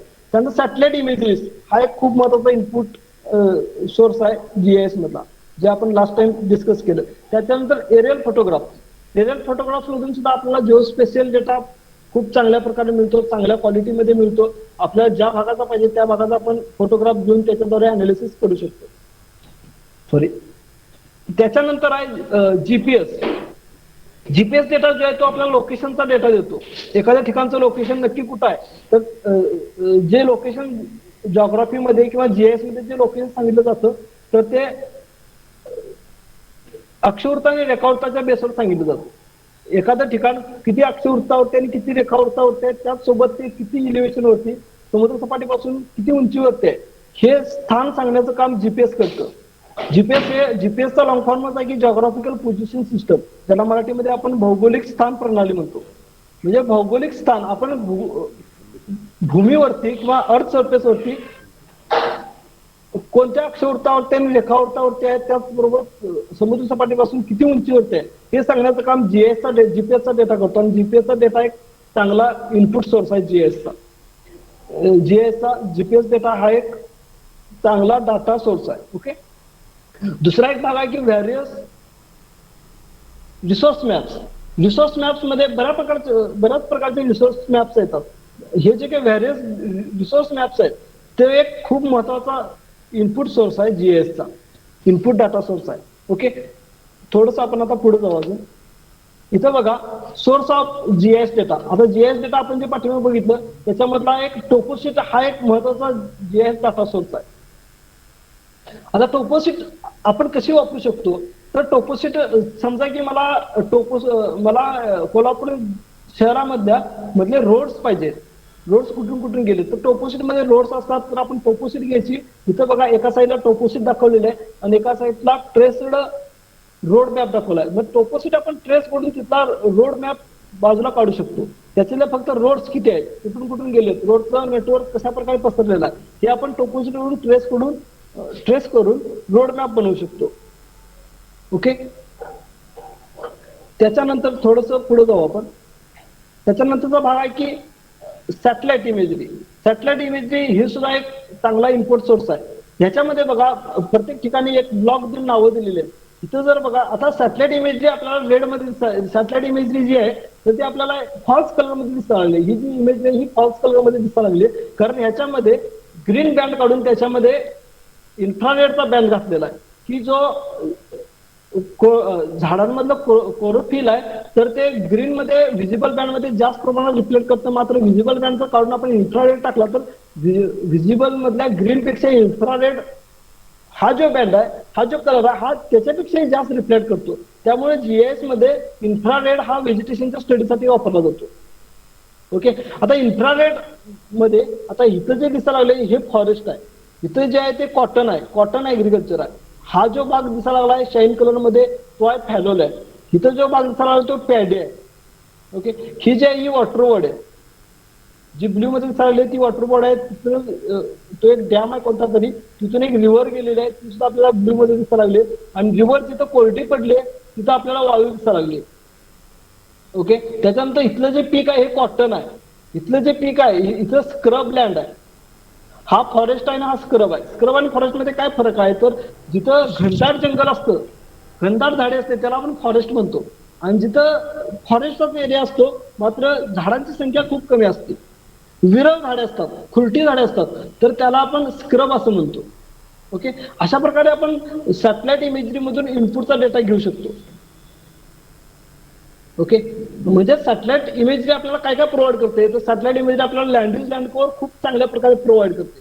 त्याच्यामध्ये ते फॉरेस्ट एरिया प्रोव्हाइड करते, पिकं जर असतील तर ऍग्रिकल्चर एरिया तर प्रोव्हाइड करते. तर ऍग्रिकल्चर मध्ये महत्वाच्या दोन गोष्टी प्रोव्हाइड करते की रब्बी ऍग्रिकल्चर किती आहे आणि खरीप ऍग्रिकल्चर किती आहे. जर रब्बी ऍग्रिकल्चर असेल तर रब्बी ऍग्रिकल्चर मध्ये किंवा खरीप ऍग्रिकल्चर असेल तर त्याच्यामध्ये कोणकोणती पिकं आहेत, तर पिकांमध्ये सुद्धा कॉटन कुठं आहे, शुगर केन कुठं आहे, अजून बाकीचे आपले पिकं असतील तर ते कुठल्या कुठल्या एरियामध्ये कशी कशी पसरलेली आहेत याचा अनालिसिस सुद्धा आपण जीएस मध्ये करू शकतो. त्याच्यानंतर सॅटेलाइट इमेजरी वरून आपल्याला वॉटर बॉडी कळते की कुठं डॅम्स आहेत, रिव्हर जर गेले असेल तर ती कुठून गेलेली आहे, रिव्हर आणि डॅम मध्ये एकूण स्टोअर झालेल्या वॉटरची संख्या किती आहे किंवा पाण्याच्या खाली किती एरिया व्यापलेला आहे, किती एरिया वॉटर बॉडीने व्यापलेला आहे, हे सुद्धा आपण जीआयएसच्या बेसवरती काढू शकतो. त्याच्यानंतरचा भाग आहे थोडासा, आपण थोडस पुढे जाऊ की GIS representation of real world feature. Real वर्ल्डचे जे फीचर आहेत ते जीआयएस वरून रिप्रेझेंट होतात.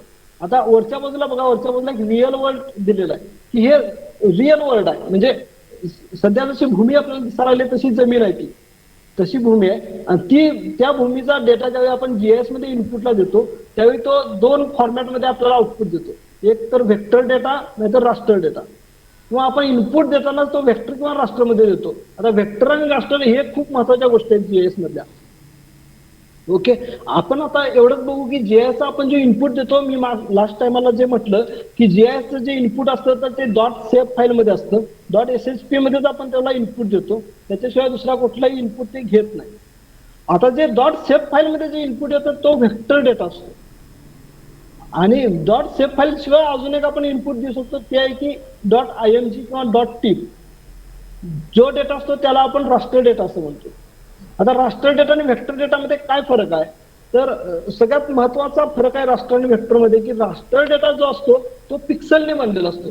जी आपली सॅटेलाइट इमेज आहे तर ती रास्टर डेटा आहे, आणि जे आपले रोड वगैरे जे डिजिटाईज करून आपण टोपोशीट वरून वगैरे घेतलेले आहे तर तो सगळा व्हेक्टर डेटा आहे. थोडक्यात दोन्हींच्या मधला फरक सांगायचा झाला तर जो कॅमेराद्वारे कॅप्चर करून घेतलेला डेटा असतो तो रास्टर डेटा असतो, आणि त्या रास्टर डेटाच्या बेसवरती आपण डिजिटाईज करून जो डेटा बनवतो जो सेफ फाईल मध्ये असतो त्याला आपण व्हेक्टर डेटा असं म्हणतो. हे डेटामधले दोन प्रकार आहेत.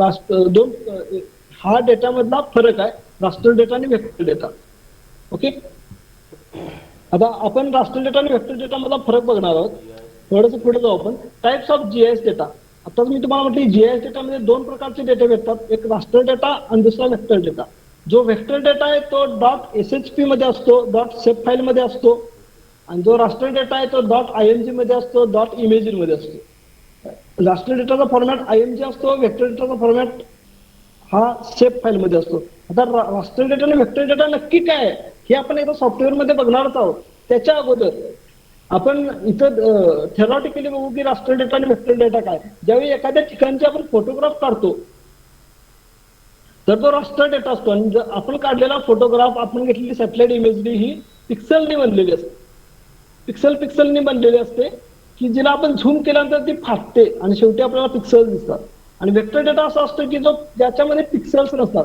त्या व्हेक्टर डेटाला तुम्ही कितीही झूम करा तो लास्ट टाइमला गायब होईल पण तुटणार नाही एकमेकांपासून. ओके, तर ते नक्की कसं आहे तर ते एकदा आपण सॉफ्टवेअर मध्ये बघू. सॉफ्टवेअर चालू व्हायला थोडासा वेळ लागेल, मी चालू करून ठेवतो, आपण नंतर बघू थोडा वेळ. आता आपण थेरॉटिकली थोडंसं समजून घेऊ. आता राष्ट्रीय डेटा जो आहे ना त्याच्यामध्ये ग्रीड असते. ग्रीड म्हणजे काय की जी पिक्सल्सची ग्रीड असते. असं नसते की राष्ट्रीय डेटा असा कुठलाच मधून तुटलेला नसतो, अशी त्याची 10x10 20x20 ची एक ग्रीडच असते.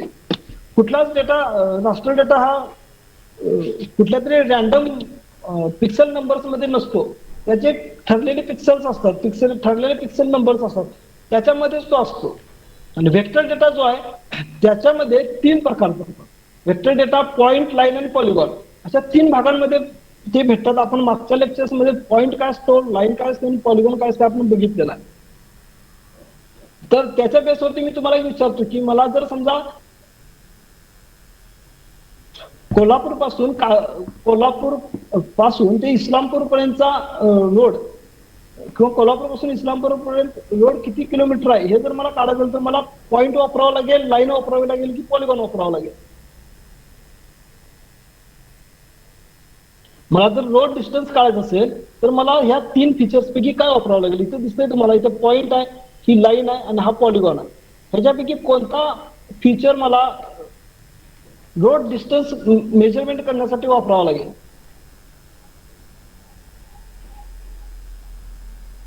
हॅलो, काय सांगता येईल कोणाला?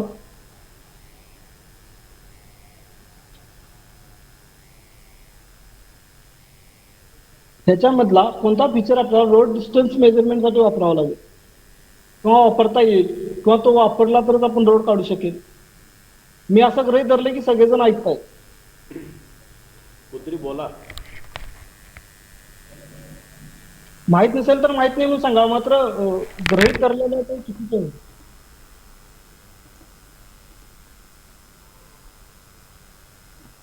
आपण मागच्या लेक्चर याच्यावरती लाईन काढून आपण एखाद्याचा एरिया सुद्धा मेजर केला होता, लाईन मेजर केली होती, पॉईंट सुद्धा दाखवलं होतं, प्रॅक्टिकली आपण सगळं बघितलं होतं. तर आपल्याला रोड डिस्टन्स मेजर करण्यासाठी पॉइंट वापरता येईल, लाईन वापरता येईल की पॉलिगॉन वापरता येईल? Line sir. ओके, एकदम बरोबर आहे. लाईनच्या बेसवरती आपण डिस्टन्स मेजरमेंट करतो. आणि जर एरिया मेजरमेंट करायचं झालं तर काय वापरता येईल?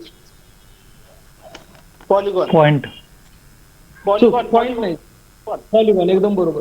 सचिन सरांनी पॉलिगॉन सांगितलं की जे एकदम बरोबर आहे. आपल्याला जर एरिया कॅल्क्युलेट करायचा असेल तर पॉलिगॉन वापरावं लागेल. म्हणजेच वेक्टर डेटाचे हे 3 टाइप्स आहेत, पॉइंट, लाईन आणि पॉलिगॉन. आपण जर कुठेही नकाशा बनवायला गेलो किंवा तुम्ही स्वतः जरी नकाशा बनवायला लागला तर या 3च गोष्टींचा आपण वापर करतो. आपल्याला जर समजा डिस्टन्स काढायचा असेल, आपल्याला जर समजा रोड लाईन, रिव्हर काढायची असेल तर आपण कुठलाही लाईन किंवा कुठलाही डिस्टन्स जर मेजर करायचं असेल तर आपण लाईन वापरेल. आपल्याला जर एरिया काढायचा असेल तर आपण पॉलिगॉन वापरेल. आणि आपल्याला जर पर्टिक्युलर नंबर्स टाकायचे असतील, नंबर मेजरमेंट करायचे असतील, फॉर एक्झाम्पल तुम्हाला माती नालाबान मोजायचे असतील, सिमेंट नालाबान मोजायचे असतील, शेततळी मोजायचे असतील तर तुम्ही पॉईंटचा उपयोग कराल. कारण शेततळी आपण लांबीमध्ये सांगत नाही किंवा किती एकरमध्ये आहे, किती स्क्वेअर हेक्टर आहे असं सांगत नाही. तर आपण शेततळी एकूण नंबरमध्ये सांगतो. 10 शेततळी आहेत, 20 शेततळी आहेत. म्हणजे जी गोष्ट आपण नंबरमध्ये काउंट करतो त्या करण्यासाठी आपण पॉइंट वापरतो. जे फीचर आपण लेंथमध्ये काउंट करतो त्याच्यासाठी आपण लाईन वापरतो. आणि जो फीचर आपण एरियामध्ये काउंट करतो त्याच्यासाठी आपण पॉलिगॉन वापरतो. असे जीआयएसच्या डेटाचे 3 टाईप आहेत. जे व्हेक्टरमध्ये 3 टाईप आहेत, पॉइंट, लाईन आणि पॉलिगॉन. आणि रास्टर हा जो डेटा आहे हा पिक्सल बेस्ड डेटा आहे. आता रास्टर डेटामध्ये आपण कोणत्याही प्रकारचे कॅल्क्युलेशन करू शकत नाही. त्याच्यामध्ये आपण ना लाईन मेजर करू शकतो ना एरिया मेजर करू शकतो. मात्र त्याच्यामध्ये आपण लास्ट टाइम आपण जे बघितलं रास्टर डेटाच्या किंवा सॅटेलाइट इमेजरीजचे 2 महत्वाचे फीचर बघितले. पहिली होती की मेगापिक्सल आणि दुसरं होतं बाईट्स. मेगापिक्सल ही त्या इमेजचं क्लिअरिटी रिप्रेझेंट करते आणि बाईट्स जे आहे तर त्या इमेजची किंवा त्या ठिकाणची कलर डेप्थ रिप्रेझेंट करते. आता जर समजा की मला एखाद्या ठिकाणी वॉटर आहे की ऍग्रिकल्चर आहे, हे जर 2 ठिकाणामधला म्हणजे एक ठिकाण आहे की ते नक्की काय आहे हे जर मला समजून घ्यायचं असेल तर मला रास्टर डेटा लागेल. तो एरिया किती आहे हे जर समजून घ्यायचं असेल तर मला वेक्टर डेटा लागेल. मात्र तो एरिया नक्की काय आहे हे जर मला समजून घ्यायचं असेल तर रास्टर डेटा लागेल.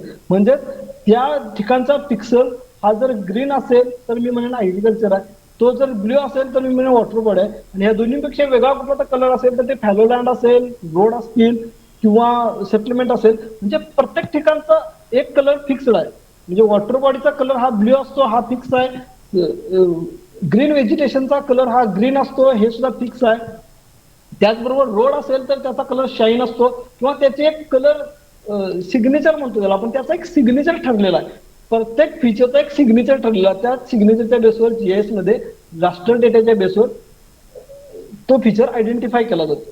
अशा प्रकारे जीआयएस मध्ये हे 2 डेटाबेस आहेत ज्याला आपण रास्टर डेटा आणि व्हेक्टर डेटा म्हणतो. आणि रास्टर डेटामध्ये पॉइंट, लाईन, पॉलिगॉन आहेत ज्याच्या आधारे आपण मेजरमेंट करू शकतो. आणि रास्टर डेटामध्ये त्या ठिकाणचे त्या रास्टर फाईलमध्ये किंवा त्या सॅटेलाइट इमेजरीमध्ये किती पिक्सल आहेत, त्या सॅटेलाइट इमेजरीची पिक्सल साईज किती आहे, त्याच्यातले जे बाईट्स आहेत त्याच्या बेसवर त्या ठिकाणी नक्की काय आहे, त्या ठिकाणी कुठला फीचर आयडेंटिफाय व्हायला लागलाय किंवा कुठला फीचर तो पिक्सल रिप्रेझेंट करायला लागलाय ते आपल्याला कळून जातं. आता ह्या सगळ्या गोष्टी आपण प्रॅक्टिकली पुढच्या सेक्शन मध्ये बघणारच आहे, सेशन मध्ये बघणार आहे. आता पण जेवढा भाग आपण जीआयएसचा बघितला ह्याच्यामध्ये कुणाला काय शंका आहे?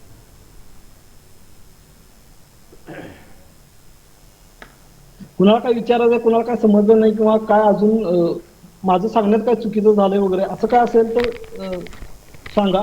कुणाला काय विचारायचं असेल, डिस्कस करायचं असेल तर नक्की विचार.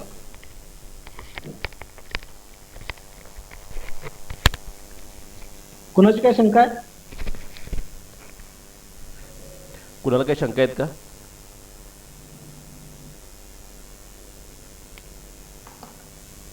कोणतरी बोला, होय तरी का म्हणा किंवा काय तरी म्हणा.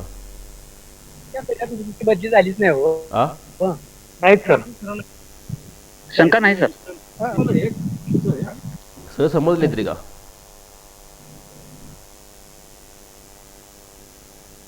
शंका नसण्याचे 2 गोष्टी असू शकतात. ज्यावेळी माणसाची पूर्ण शंका नसते त्यावेळी एकतर पूर्ण समजलेलं नाही किंवा पूर्ण समजलेलं आहे. या 2 पैकीच कोणतीतरी एक गोष्ट झालेली असते, अन्यथा मग शंका तयार होतात.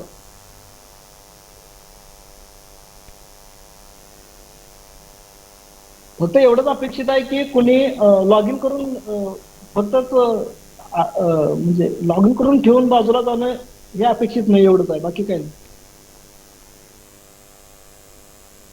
ह्या ट्रेनिंगचा उद्देश एवढाच आहे की तुम्हाला पूर्ण जीआयएस याविषयी तुम्हाला माहिती मिळावी आणि तुम्हाला याचा फील्डमध्ये पुरेपूर वापर व्हावा आणि तुम्हाला कुठं काय प्रॉब्लेम आला तर तुम्हाला त्याचा उपयोग व्हावा यासाठी आपण ते ट्रेनिंग घेतले.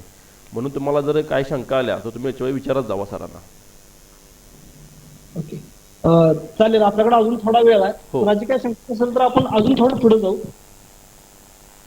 ओके, तर आपण जीआयएस डेटाचे 2 टाइप्स बघितले, रास्टर डेटा आणि वेक्टर डेटा. त्याच्यातून थोडंसं पुढे जाऊ. आता आपण वेक्टर डेटा नक्की काय, वेक्टर डेटामध्ये जे 3 गोष्टी आहेत त्या नक्की कशा आहेत ते आपण आता बघू.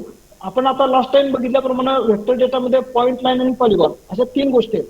जे पॉइंट हा जो शेप आहे, this shape used for the element which we can count in numbers. ज्या गोष्टी आपण नंबर मध्ये काउंट करू शकतो त्याच्यासाठी आपण पॉइंट डेटा वापरतो.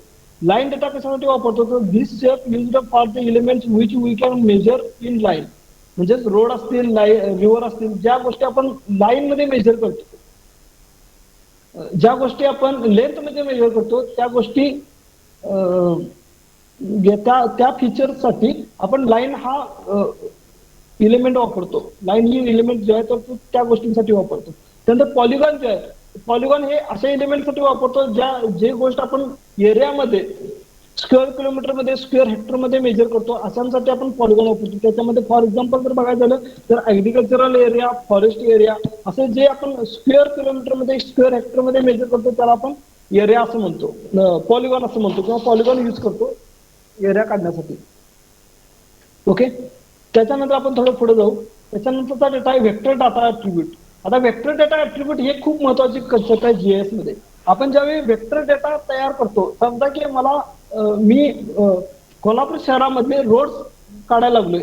रोड डिजिटाइज करताना मी शिवाजी युनिव्हर्सिटी पासून बस स्टँड पर्यंत जाणारा एक रोड काढला, बस स्टँड पासून रंकाळा लेकला जाणारा एक रोड काढला, रंकाळा लेक पासून महालक्ष्मी मंदिरला जाणारा एक रोड काढला. आता हे जे काही मी रोड्स काढायला लागलोय हे जरी रोड असले तरी प्रत्येक रोडला काहीतरी नाव आहे. म्हणजे Shivaji university to bus stand जाणारा रोड तो शिवाजी युनिव्हर्सिटी टू बस स्टँडचा रोड आहे. त्या रोडला जोपर्यंत मी ते नाव देणार नाही तोपर्यंत मला समजणार नाही की मी जर नौका असेल तर ते मला समजणार नाही की तो रोड कोणता आहे. म्हणजे त्या प्रत्येक गोष्टीला ऍट्रिब्यूट डेटा असणे खूप गरजेचं आहे. हे झालं मी लाईनचं सांगितलं. त्याच पद्धतीनं पॉईंटचं, मी जर समजा कोल्हापूर शहरामधले प्रत्येक हॉस्पिटल जर मी प्रत्येक हॉस्पिटलला एक एक पॉईंट टाकत गेलो, प्रत्येक हॉस्पिटल हे मी पॉईंटने रिप्रेझेंट केला तर ठीक आहे. असं मी लिजनमध्ये लिहिलं की हे पॉईंट हे हॉस्पिटल रिप्रेझेंट करतात, मात्र कोणता पॉईंट कोणतं हॉस्पिटल रिप्रेझेंट करतो हे तोपर्यंत मी सांगू शकणार नाही जोपर्यंत मी त्या पॉईंटला काहीतरी नाव देणार नाही. म्हणजे त्या पॉईंटला त्या हॉस्पिटलचं नाव देणं म्हणजे त्याला त्याचा ऍट्रिब्यूट देणं. त्याला आपण जेएसच्या लँग्वेजमध्ये त्याला लेबल जे देतो, त्याला जे नाव देतो त्याला आपण ऍट्रिब्यूट असं म्हणतो. व्हेक्टर डेटा ऍट्रिब्यूट असं त्याला म्हणतो. त्या व्हेक्टर डेटाला आपण ऍट्रिब्यूट देणं ही खूप महत्वाची गोष्ट आहे जीएस मध्ये. ओके, ऍट्रिब्यूट डेटा हा एक जीएस मधला फार महत्वाचा घटक आहे. मग हा ऍट्रिब्यूट डेटा आपण तिन्ही शेपला वापरतो, पॉईंटला वापरतो, लाईनला वापरतो आणि एरियाला सुद्धा वापरतो. आता आपण हे प्रॅक्टिकली कसं करू शकतो हे आपण पुढच्या सेशन मध्ये बघणार आहे. आता फक्त आपण थेरॉटिकली बघालो की जीएस मध्ये व्हेक्टर डेटाला ऍट्रिब्युशन हे फार महत्वाची गोष्ट आहे. मात्र ऍट्रिब्युशन हे फक्त व्हेक्टर डेटालाच असतं, राष्ट्र डेटाला नसतं. राष्ट्र डेटामध्ये आपण कुठल्याही प्रकारचे ऍट्रिब्यूट्स देऊ शकत नाही. ऍट्रिब्यूट्स हे फक्त आपण व्हेक्टर डेटाला देतो. त्याचं कारण असं आहे की व्हेक्टर डेटा जो आहे तो मॅनमेड आहे, आपण युजर मेड आहे. सॉरी, व्हेक्टर डेटा सुद्धा मॅनमेड आहे, राष्ट्र डेटा सुद्धा मॅनमेडच आहे. मात्र युजर मेड जो आहे तो व्हेक्टर डेटा आहे. व्हेक्टर डेटा हा युजरने तयार केलेला आहे आणि राष्ट्र डेटा आहे तो एका इन्स्ट्रुमेंटने तयार केलेला आहे. आपण ज्यावेळी फोटोग्राफ घेतो तर तो फोटोग्राफ जरी युजरने घेतला असला तरी तो कॅमेराने कॅप्चर केलेला आहे. तो कॅमेराने कॅप्चर केला असल्या कारण त्याच्यामध्ये आपण कुठल्याही प्रकारचं एडिटिंग करू शकत नाही. मात्र ज्यावेळी आपण व्हेक्टर डेटा घेतो त्या व्हेक्टर डेटामध्ये आपण बऱ्या प्रकारचं एडिटिंग करू शकतो किंवा त्याला आपण ऍट्रिब्यूट देऊ शकतो. सेम ऍट्रिब्यूट आपण कधी कोणत्याही परिस्थितीमध्ये व्हेक्टर डेटाला देऊ शकत नाही. हा राष्ट्र डेटा आणि व्हेक्टर डेटा मधला फरक आहे. ओके, आता व्हेक्टर डेटामध्ये आपण ज्यावेळी ऍट्रिब्यूट्स देतो, जोपर्यंत आपण व्हेक्टर डेटाला ऍट्रिब्यूट देणार नाही तोपर्यंत आपल्याला समजणार नाही की तो व्हेक्टर डेटा काय रिप्रेझेंट करायला आहे. एखादा जर पॉईंट एखाद्या शहरामध्ये जर आपण बस स्टॉप पॉईंटने रिप्रेझेंट केले तर आपल्याला एवढं समजेल की हा पॉईंट बस स्टॉप रिप्रेझेंट करायला. इथे एक बस स्टॉप आहे, थोड्या अंतरावरती अजून एक बस स्टॉप आहे, त्याच्या साईडला अजून एक बस स्टॉप आहे, त्याच्या उजव्या साईडला एक बस स्टॉप आहे. एवढं आपण सांगू शकेल. मात्र प्रत्येक बस स्टॉप तो कोणत्या प्लेसचा बस स्टॉप आहे हे आपण तोपर्यंत सांगू शकणार नाही जोपर्यंत त्या पॉईंटला आपण ऍट्रिब्यूट डेटा देणार नाही. ओके, म्हणजेच व्हेक्टर डाटामध्ये ऍट्रिब्यूट डेटा हा सुद्धा एक खूप महत्वाचा भाग आहे. ओके, थोडंसं पुढे जाऊ आपण की राष्ट्र डाटा मॉडेल. आता राष्ट्र व्हेक्टर डेटा जे आहे तर त्या व्हेक्टर डेटाच्या बेसवर सुद्धा आपण बरेच प्रकारचे मॉडेल्स बनवू शकतो आणि राष्ट्र डेटाच्या बेसवर सुद्धा आपण मॉडेल बनवू शकतो. दुसरी गोष्ट काय आहे की व्हेक्टर डेटा जो आहे तो आपण राष्ट्र डेटाच्या बेसवर सुद्धा व्हेक्टर डेटा क्रिएट करू शकतो. एखादी जर सॅटेलाइट इमेज आपल्याकडे असेल तर त्याच्या बेसवरती आपण बऱ्याच प्रकारचे व्हेक्टर डाटाबेस तयार करू शकतो. फॉर एक्झाम्पल बघू आपण.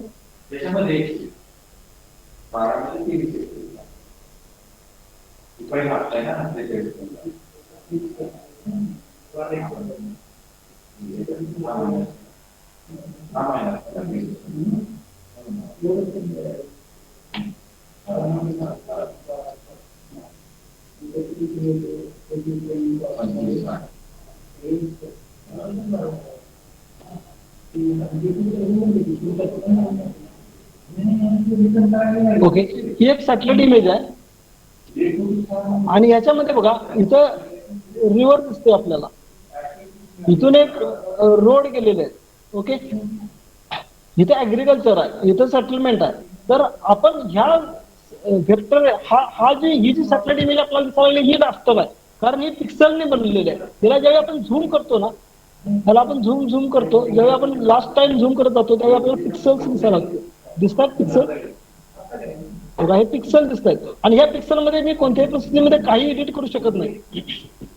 ह्या पिक्सलांना मी इमेज मधून हलवू शकतो, काहीच करू शकत नाही. आणि ही इमेज ही पिक्सलने बनलेली असते. जेव्हा आपण लास्ट टाइम झूम करेन त्यावेळी ते आपल्याला पिक्सल दिसायला लागतील. मात्र हिच्या पुढे मी किती झूम केलं तरी हा पिक्सल कुठल्याही पण फुटणार नाही. ह्याचं आता झुमिंग बघा 1 by 1, झुमिंग 100% झुमिंग केलेलं आहे तरी सुद्धा ह्याचा बेस सुटलेला नाही. मात्र ह्याचे पिक्सल्स मात्र फाटत चाललेले आहेत. ह्याचे आपल्याला झुमिंग हायर झुमिंग मध्ये याचे आपल्याला पिक्सल दिसत आहेत. ज्या इमेजचे ज्या डेटाचे आपल्याला जो डेटा पिक्सलने बनलं असतो किंवा जो डेटा झूम केल्यानंतर त्याचे पिक्सल्स दिसतात त्याला आपण रास्टर डेटा असं म्हणतो. आणि वेक्टर डेटा काय आहे तर मी तुम्हाला एक वेक्टर डेटा ओपन करून दाखवतो.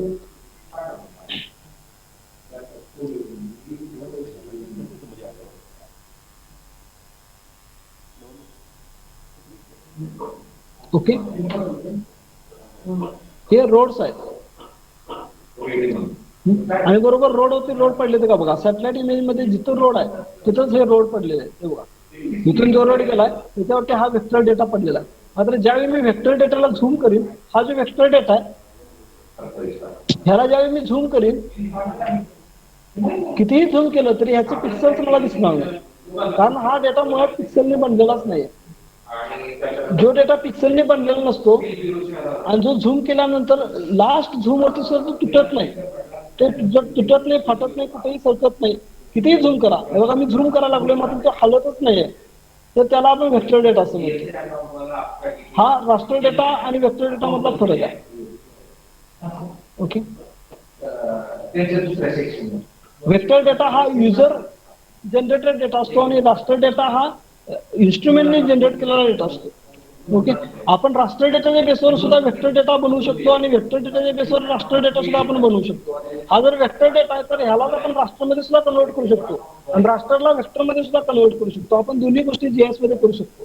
ओके, मात्र वेक्टर डेटा जर जनरेट करायचा असेल तर तो मात्र युजरच जनरेट करू शकतो. तेवढं त्याला युजरला ज्ञान असलं पाहिजे की तो कसा जनरेट करायचा आहे. हा रास्टर आणि वेक्टर डेटाबेस मधला फरक आहे. ओके,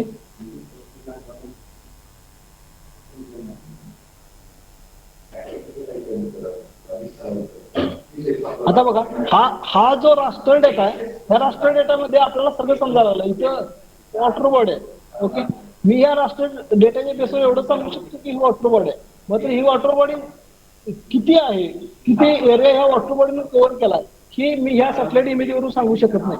किंवा हा रोड बघा, हा जो रोड आहे हा इथं पाटण शहर आहे, हे पाटण पासून ते इथंपर्यंत हा जो रोड आहे हा नक्की किती किलोमीटर आहे.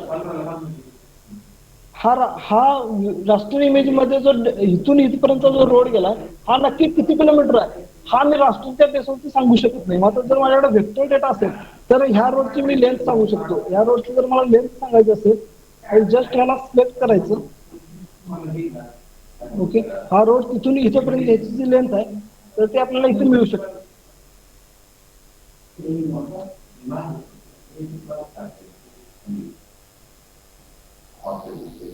ओके, इथं विड्थ दिलेली आहे, ह्या रोडची ही विड्थ आहे.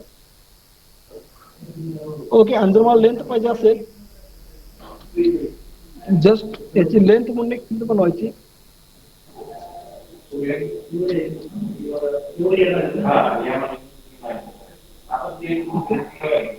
आणि इथं जाऊन आपण याची लेंथ काढू शकतो. आपल्याला लेंथ मीटर मध्ये पाहिजे, किलोमीटर पाहिजे मध्ये पाहिजे, ज्याच्यामध्ये पाहिजे त्यामध्ये आपण काढू शकतो. आता जस्ट आपण किलोमीटर मध्ये काढालो तर ह्याची लेंथ बघा, ह्याची 26.12 किलोमीटर लेंथ आहे. हा रोड इथून इथपर्यंत 26.12 किलोमीटर आहे. म्हणजे जवळपास 26 किलोमीटर अंतर आहे इथून इथपर्यंत. हे आपण वेक्टर डेटाच्या बेसवर इझिली काढू शकतो. आता जर आपण राष्ट्राच्या बेसवर काढायला लागलो तर ते आपल्याला काढता येणार नाही. राष्ट्र जोपर्यंत आपण वेक्टरमध्ये कन्वर्ट करणार नाही तोपर्यंत त्याचा आपल्याला लेंथ एरिया कुठलीच गोष्ट आपल्याला मिळणार नाही. ओके, हा वेक्टर आणि डाटा राष्ट्र डाटा सेट मधला फरक. काय शंका आहे कोणाला? आपला आजच्या सेशनचा टायमिंग संपत आलेला आहे. तर कोणाला काय शंका असेल, आतापर्यंत बघितल्यापैकी कोणाला काय अजून विचारायचं असेल, काय समजलं नसेल तर विचारू शकता.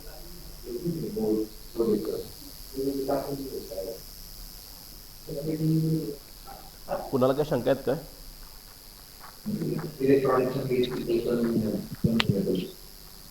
ओके, ठीक आहे सर. मग शंका नसेल तर आपण थांबू.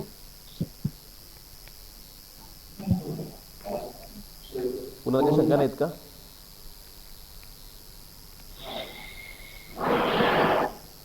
कुणीतरी बोला, होय किंवा नाही. नाही सर. नाही. ठीक आहे. ओके, ठीक आहे. तर सर आपण थांबू मग. हो, ठीक आहे सर, चालतंय. धन्यवाद सर. Thank you sir. तर सरांनी आज या ठिकाणी आजच्या शेवटच्या दिवसाचं पहिलं सेशन जे आहे, introduction importance and elements of global positioning system GPS याविषयी सरांनी आज आपल्याला माहिती दिली. त्याबद्दल मी सरांचं रामतीच्या वतीनं तसंच आपल्या सर्वांच्या वतीनं मी सरांचा आभार व्यक्त करतो. आणि हे जे सेशन आहे संपलं असं मी जाहीर करतो. आणि आपण ठीक सर्वांनी दुपारी 2 वाजता पुन्हा जॉईन व्हायचं आहे. आपलं दुपारचं जे सेशन आहे हे शेवटचं सेशन असणार आहे. त्यामुळे त्या सेशनला कोणी गैरहजर राहू नका. आणि त्यानंतर आपली आता प्रेझेंट होईल. तर ठीक आहे सर, धन्यवाद sir. Thank you sir. Okay okay sir.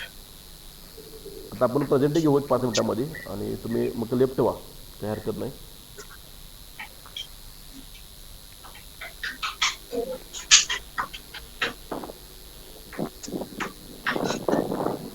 मी नाव घेते, तिने आपला माईक चालू करून प्रेझेंट द्यायचे आहे.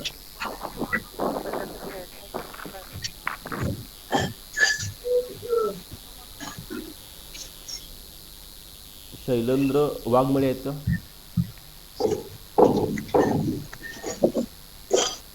आहेत का शैलेंद्र वाघमळे? आहे सर. ठीक आहे. जे प्रेझेंट होईल तिने लेफ्ट व्हायला काही हरकत नाही. आणि ठीक आहे, आपण दुपारी जाऊन जॉईन व्हायचं आहे. विजय, ठीक आहे. विजया राठोड? हा, यस सर आहे. ठीक आहे. प्रशांत राऊत? Yes sir. ठीक आहे. नवनाथ अवताडे आहेत का? कैलास सूर्यवंशी? येस सर आहे सर. ठीक आहे. किरण कांबळे? विजयकुमार ससाने? अर्जुन चव्हाण? सचिन पवार? हा येस सर. ठीक आहे. सचिन जगताप आहेत का? विलास कदम? हा येस सर. Yes sir. ठीक आहे. कल्याण आहे. कल्याण कोंडे? येस सर आहे. ठीक आहे. कविता पिसाळ? Yes sir. ठीक आहे. अमोल सपकाळ? Yes sir. ठीक आहे. सतीश हेप्परकर? जयवंत लोखंडे?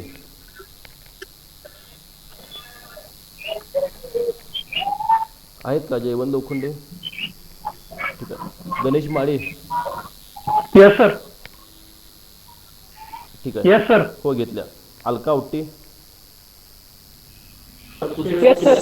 ठीक आहे. सारिका पाटील? आहेत का सारिका पाटील?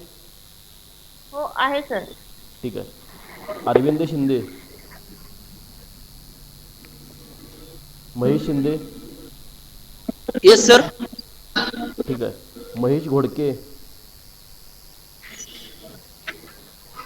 आहेत का महेश घोडके? दीपक मुळे,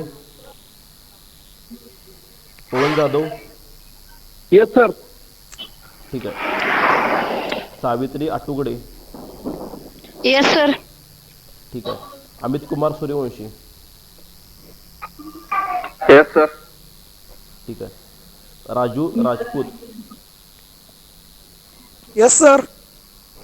बुडका टू बुडका पकडायची. ठीक आहे. Dnyaneshwar Chormule, yes sir. हो घेतल्या.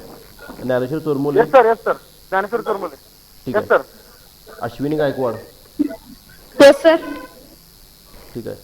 ऋषिकेश भुईकर आहेत का? Hrishikesh Bhuikar, Rupali Mali, yes sir. ठीक आहे. पुष्पा शेळके आहेत का? पुष्पा शेळके,